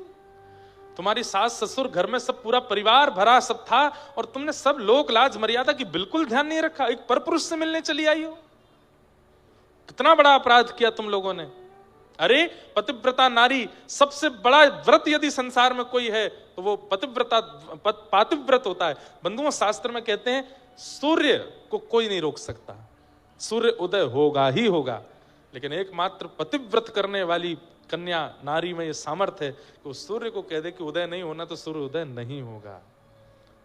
एक स्त्री, एक कथा आती है, एक कन्या थी, वो अपने पति से बहुत प्रेम करती थी, पतिव्रता नारी थी। सब संतों के पास जाकर के उनकी कुशलता बोलती थी। तो एक संत को प्रणाम किया, उसने कहा मां को पुत्री क्या चाहिए? बोले मेरे पति सदा प्रसन्न रहें और मेरे नेत्रों के सामने रहे, इनका कभी मृत्यु मुझे देखनी ना पड़े। मैं पतिव्रता नारी हूं, बस मुझे आशीष दो, ये सदा प्रसन्न रहें। तो संत ने दिव्य दृष्टि से देख के कहा देवी नहीं हो पाएगा। क्यों? कल तुम विधवा हो जाओगी, कल सुबह सूर्य उदय होते ही तुम्हारे पति के प्राण उड़ जाएंगे, कल इसके प्राण चले जाएंगे। मैं त्रिकालदर्शी महात्मा हूं, इतने वर्षों से बैठा हूं तप में। क्या कहा आपने? कल सूर्योदय होते ही मेरे पति के प्राण चले जाएंगे? बोले हाँ। तुरंत वो कन्या, एक स्त्री, एक पहाड़ पर जाकर के बैठ गई और जिस दिशा से सूर्योदय होता है उसी दिशा की ओर देख करके बोली, यदि मैंने अपने पति को सर्वांगीण रूप से परमेश्वर मान करके उसकी सेवा आराधना की है, अपने पातिव्रत धर्म को नष्ट नहीं किया, तो हे सूर्य तुम उदय नहीं होना, मेरे पति के प्राण नहीं जाने चाहिए।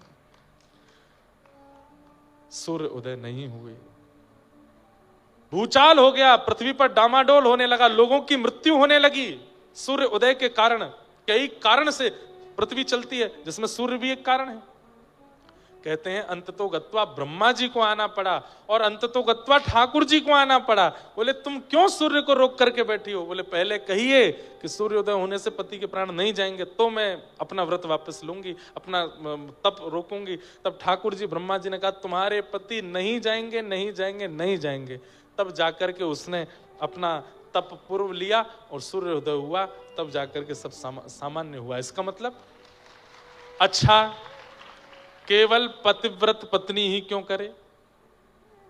पत्नी व्रत भी होता है,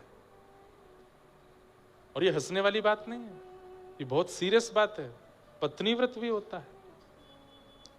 पतिव्रत का पालन पति करे, पत्नी करे, और पत्नी व्रत का पालन पति करे। इस व्रत में होता क्या है? केवल एक ही काम है, इनके अलावा जो है वो सब मेरे पूजनीय है, यही है मेरी जो है, इनके अलावा और कोई मेरे जीवन में नहीं। यही है बस इस व्रत में, और कुछ नहीं है।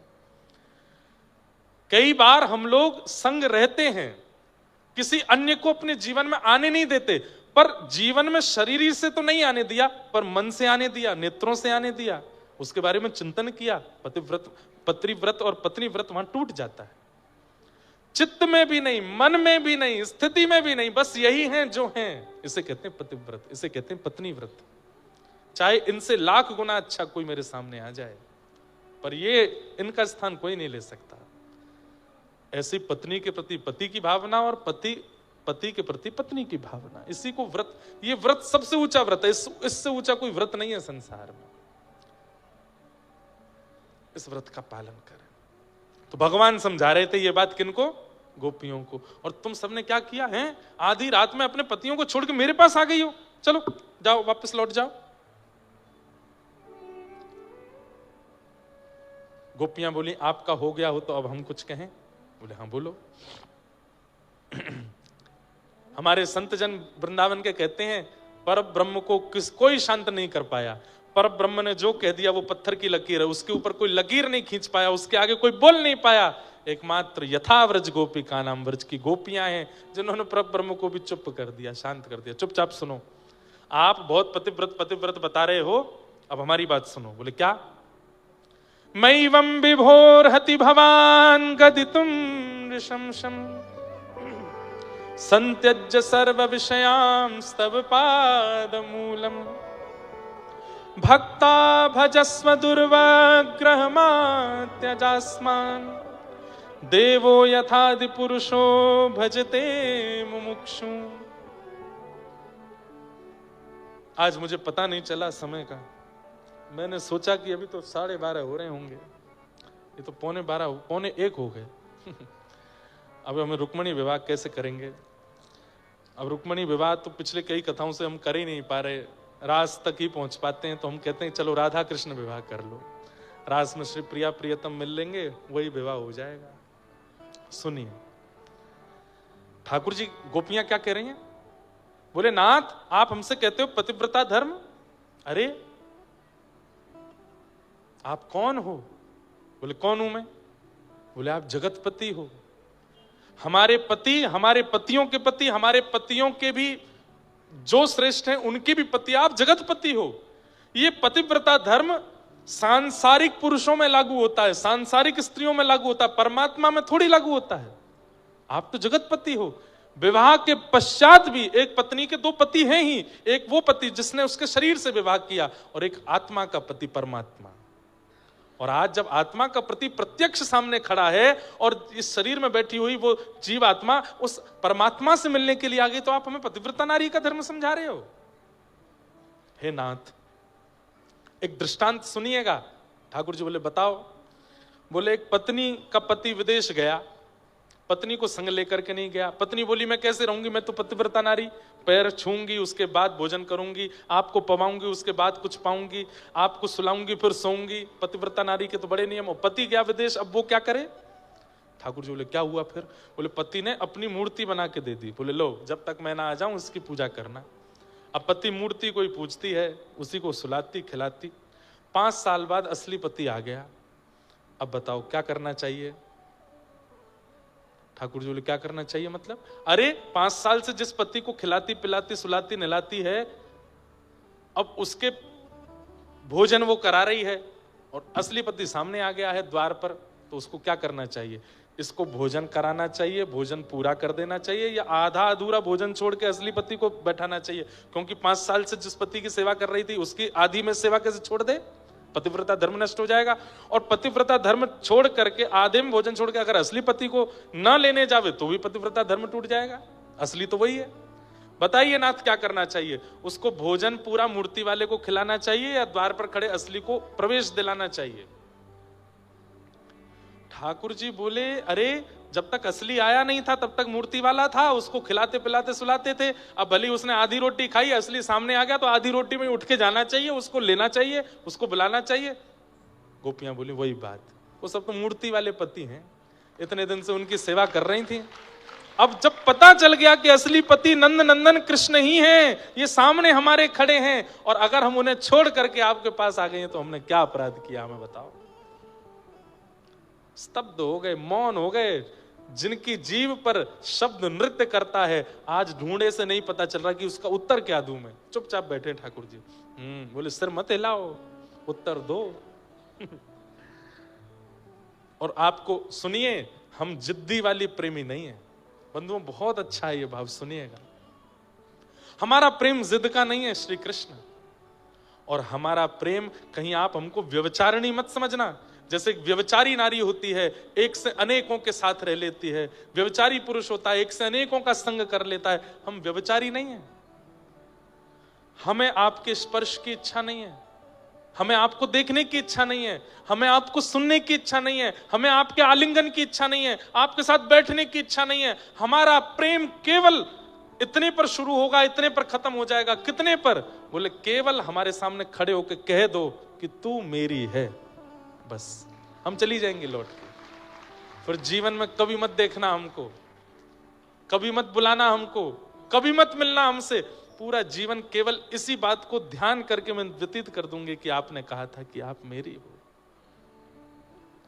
हमारा प्रेम केवल इतना है नाथ। स्पर्श का प्रेम नहीं है, मिलन का प्रेम नहीं है, वार्ता का प्रेम नहीं है, सुनने का कहने का प्रेम नहीं है, खिलाने पाने का प्रेम नहीं है। हमारा प्रेम तो केवल स्वीकारीकरण में है। आप बस हमें स्वीकार करके छोड़ दो, कह दो कि आपने स्वीकार किया, और फिर भले ही हमको आप अपने पैरों तले रौंद दो, हम कभी शिकायत नहीं करेंगे।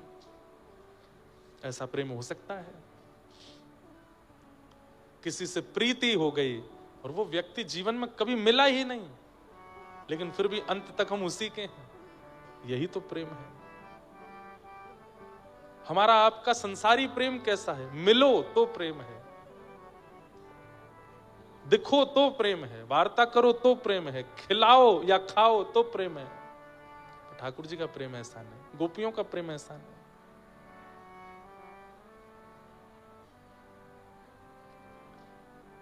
श्याम सुंदर सदा हमको प्यारे रहे, हम उन्हीं के रहे, वो हमारे रहे।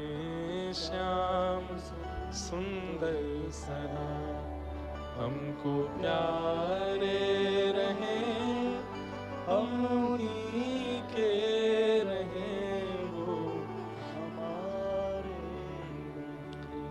जिस डगर से मुरलिया की धुन आएगी, जिस डगर से मुरलिया की धुन आएगी, उस डगर पे उमरिया ये कट जाएगी, उस डगर पे उमरिया ये कट जाएगी, उस डगर पे उमरिया ये कट जाएगी, उस डगर पे उमरिया ये कट जाएगी।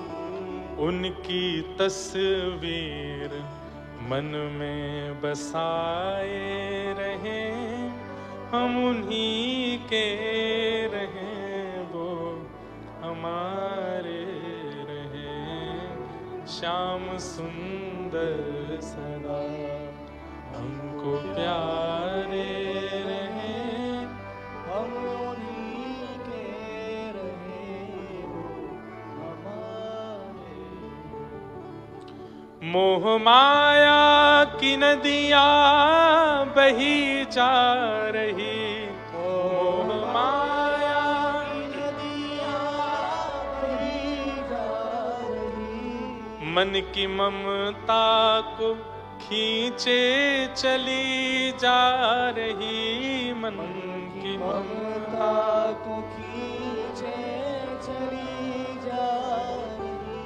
हम भंवर में रहें या किनारे रहें, हम उन्हीं के रहें, वो हमारे रहें। श्याम सुंदर सदा हमको प्यारे रहे, हम उन्हीं के रहे वो हमारे।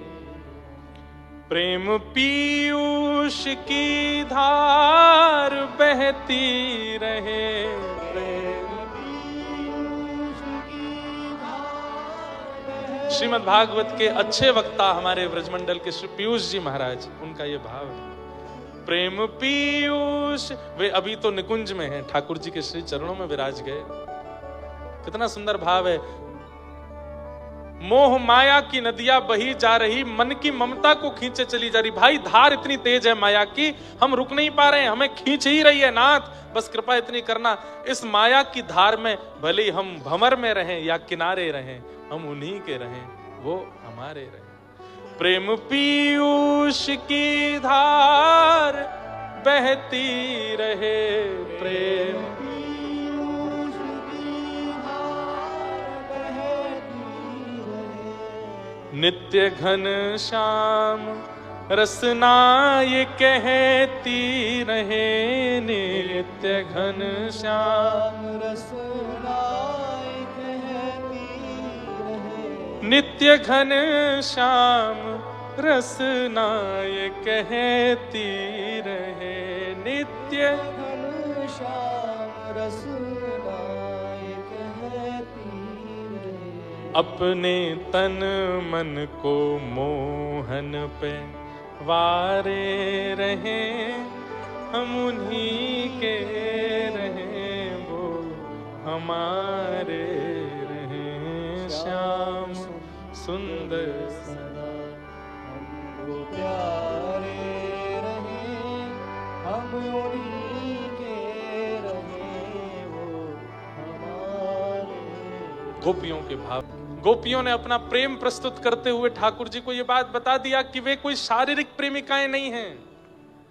अरे उनकी स्थिति तो ऐसी है कि वे बस एक बार ठाकुर जी कह दें कि तुम मेरी हो, चली जाएंगी लौट के, और जीवन भर केवल उसी भाव में व्यतीत कर देंगी, कभी लौट करके वापस नहीं आएंगी। ठाकुर जी परीक्षा ले रहे थे और ये सब गोपियां उस परीक्षा में निपुण हो गईं। इन सबका प्रेम अद्भुत है। भगवान ने अब रास विहार करना शुरू किया। प्रत्येक गोपी के समीप जाकर के ठाकुर जी उसे इतनी योग्यता प्रदान कर देते हैं, उसके द्वारा बनी हुई वस्तु पाते हैं, उसके साथ बैठते हैं, गले में गलवैयां देते हैं, चर्चा करते हैं, कभी उसके साथ नृत्य करने लगते हैं। इस प्रकार एक एक गोपी के पास ठाकुर जी जा रहे हैं और उन्हें रास का सुख दे रहे हैं। और लाखों गोपियां थीं, पर सबके चित्त में तो नहीं, पर कुछ गोपियों के चित्त में वो आ गया जो नहीं आना था, अभिमान। किस बात से? कि हो ना हो, श्याम सुंदर हमारी सुंदरता पर रीच करके हमारे साथ बैठे हैं। ये त्रिभुवन सुंदर हैं और हम जगत सुंदरी हैं, ये इसीलिए हमारे पास बैठे हैं। क्योंकि ठाकुर जी तो इतने उत्सुक होकर के रास कर रहे हैं कि अगर कोई गोपी रूपवान नहीं भी है, उसको भी ठाकुर जी अपलक नेत्रों से देख रहे हैं। और देखते देखते ठाकुर जी के नेत्र सजल हो जाते हैं। उसके मुख पे हाथ फेरते हुए ठाकुर जी कहते हैं, तू कितनी सुंदर है। अब उसको तो लग रहा है ये मेरे रूप को देख रहे हैं, पर ठाकुर जी रूप नहीं देख रहे, उसके भाव देख रहे थे। अब उठ के ठाकुर जी जैसे ही आगे गए, उस गोपी को मान हो गया कि मेरी सुंदरता पर रीझ गए। और धीरे धीरे धीरे धीरे सब गोपियों के चित्त में कुछ कुछ बातों का मान आने लगा। किसी ने पूछा कि ये गोपियां इतनी पवित्र हृदय वाली थीं, ठाकुर जी के मिलने के बाद भी इनमें मान क्यों आया? बहुत संक्षिप्त और बहुत सूक्ष्म बात है, ध्यान से सुनिएगा, क्योंकि ये गोपियां बिना आचार्य के रास में आ गई हैं, बिना गुरु के ठाकुर जी के समीप आ गई हैं। और इन गोपियों के लिए ठाकुर जी के सामीप्य का गुरु कौन है? श्री वृषभानुनंदिनी राधा रानी। जब तक किशोरी जी संग में नहीं होंगी, तब तक इन गोपियों के चित्त में मान आता ही रहेगा। परंतु हम सब भी एक गोपी हैं और हमारे गुरुदेव ही आचार्य हैं। वे आचार्य जब तक हम पर कृपा नहीं करेंगे, तब तक अगर ठाकुर जी हमें मिल भी गए तो हम कुछ ना कुछ अपराध कर बैठेंगे। इसलिए गुरु आश्रय बहुत आवश्यक है। गुरु आश्रय के बाद ही भगवत सन्निधि संभव हो सकती है। हमारे गिरिराज जी के पंडित श्री गया प्रसाद जी महाराज, उनके जीवन काल में एक समय आया कि वे बीच के 5-6 वर्षों तक एक भी शब्द कुछ और बोलते नहीं थे, केवल एक ही बात बोलते थे, गुरु चरणों में अनुराग। गुरु चरणों, कोई कुछ भी कहे, राम राम भी कहे तो उससे कहते गुरु चरणों में अनुराग। किसी ने कहा, जब 5 वर्ष तक यही एक शब्द बोलने के बाद किसी ने उनसे कहा, बाबा आप 5 साल तक यही बात क्यों कहते रहे? बोले, मैं ये समझाने के लिए बोलता रहा, कितने भी साधन कर लो, गुरु चरणों में अनुराग नहीं होगा तो प्रिया प्रियतम की प्राप्ति नहीं होगी। उनके प्रति अनुराग, उनके प्रति विश्वास, उनके प्रति समर्पण लाओ चित्त में, तभी होगो, तभी लाला कृपा करेगो, तभी किशोरी जी कृपा करेंगी। क्योंकि गुरु मान विहीन करता है। ठाकुर जी अंतर ध्यान हो गए, गोपियां विचलित हो गई, और विचलित व्यथित गोपियां ढूंढ रही हैं यत्र तत्र। हम सोचते थे कान्हा कहीं कुंजन में होगा, हम सोचते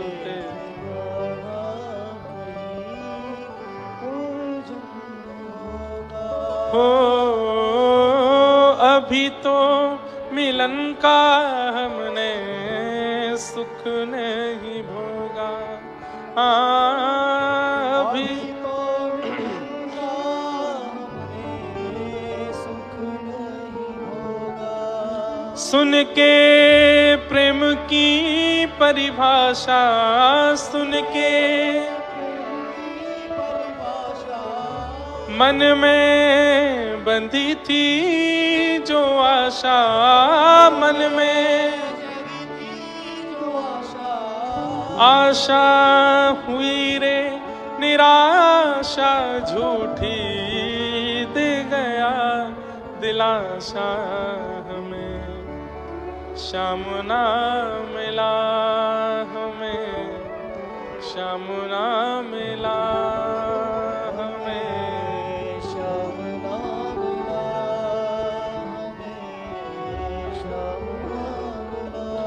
हे सुन राधिका दुलारी, सुन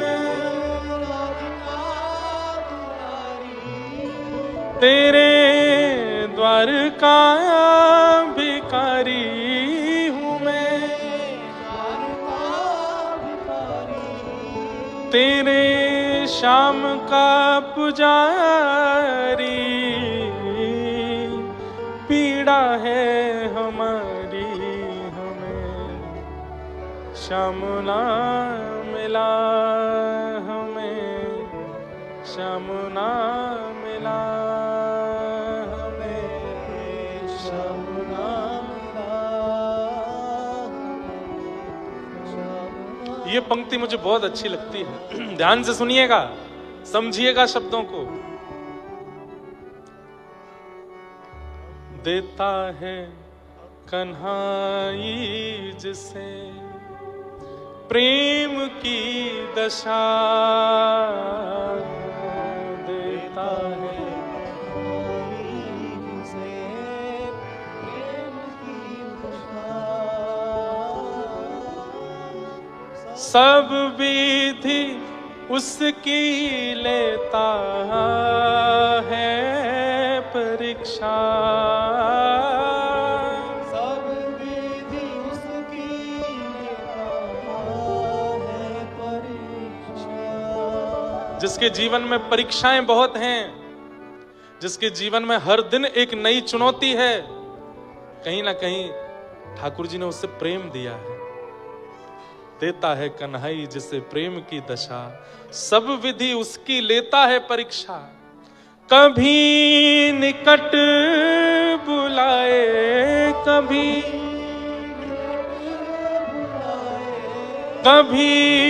दूरियां बढ़ाए, कभी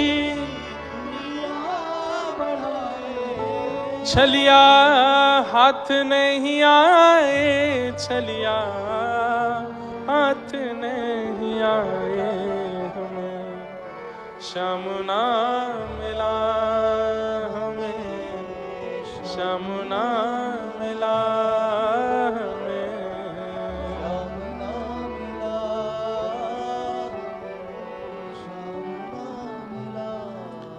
गोपियां सब गा रही थीं और ढूंढ रही हैं, श्याम सुंदर आप कहाँ हो। तभी किशोरी जी ने पुकार की है, हानाथ रमण प्रेष्ठ क्वासी क्वासी महाभुज दास्यास्ते कृपणाया में सखे दर्शन सन्निधो। और जैसे ये श्लोक गाया है, उसी समय वृंदावन में हाँ नाथ कहते ही, जैसे ही नाथ कहा है, इतने में ही श्रीनाथ गिरिराज जी में अवस्थित हो गए। जैसे ही रमण कहा है, उतने में ही श्री राधा रमण लाल शालिग्राम अवस्थित हो गए। प्रेष्ठ कहते हैं वल्लभ को, जैसे ही वल्लभ कहा है, श्री राधा वल्लभ लाल अवस्थित हो गए। और क्वासी क्वासी महाभुज जब कहा, तब श्री वृंदावन बिहारी लाल अवस्थित हो गए। और श्री कलिकाल में उसी समय लिए गए जो नाम थे वही पुनः प्रकट हो गए, और हानाथ के रूप से श्रीनाथ प्रकट हुए, रमण के रूप से राधा रमण प्रकट हुए, प्रेष्ठ के रूप से राधा वल्लभ, और महाभुज के रूप से श्री वृंदावन बिहारी लाल प्रकट हो गए।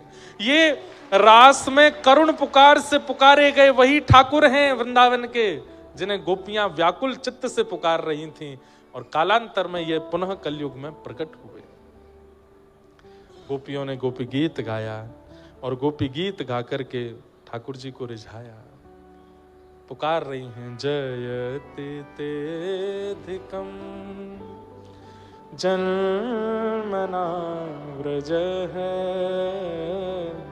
श्रयतंदिरा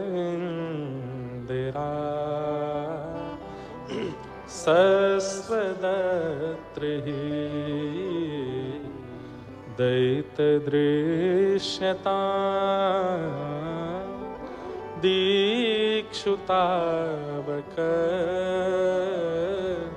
स्त्वयि धृता सब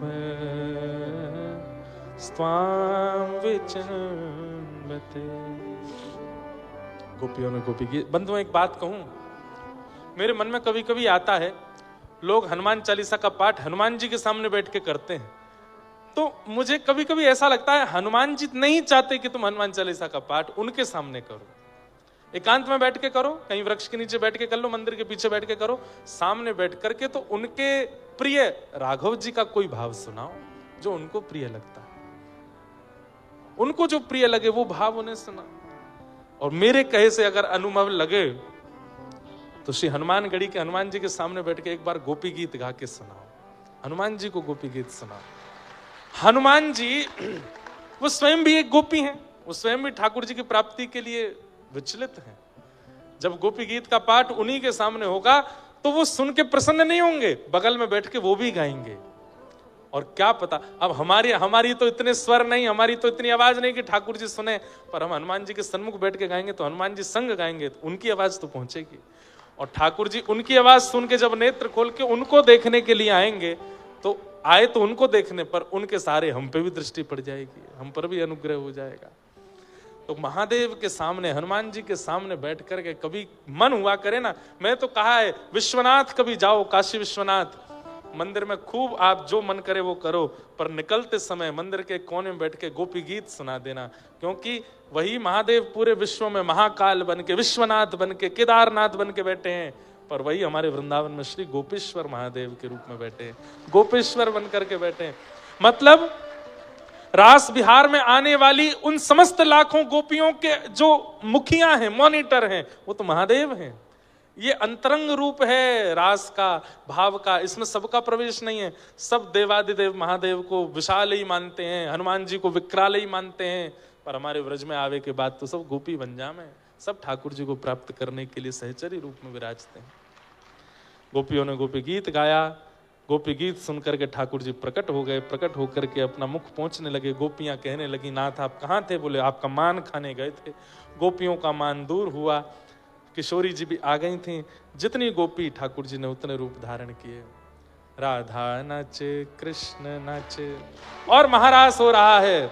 और इस महारास में देवादिदेव भी पधारे हैं, हनुमान जी भी पधारे हैं, ऋषि भी पधारे हैं, गंधर्व भी पधारे हैं, आकाश से सूर्य चंद्र भी पधारे हैं, तारामंडल भी पधारे हैं, नदियां भी पधारी हैं, वृक्ष वल्लरी भी पधारे हैं, क्योंकि आज श्री वृंदावन धाम में महारास हो रहा है। सब आनंद के साथ श्री ठाकुर जी के साथ महारास कर रहे हैं।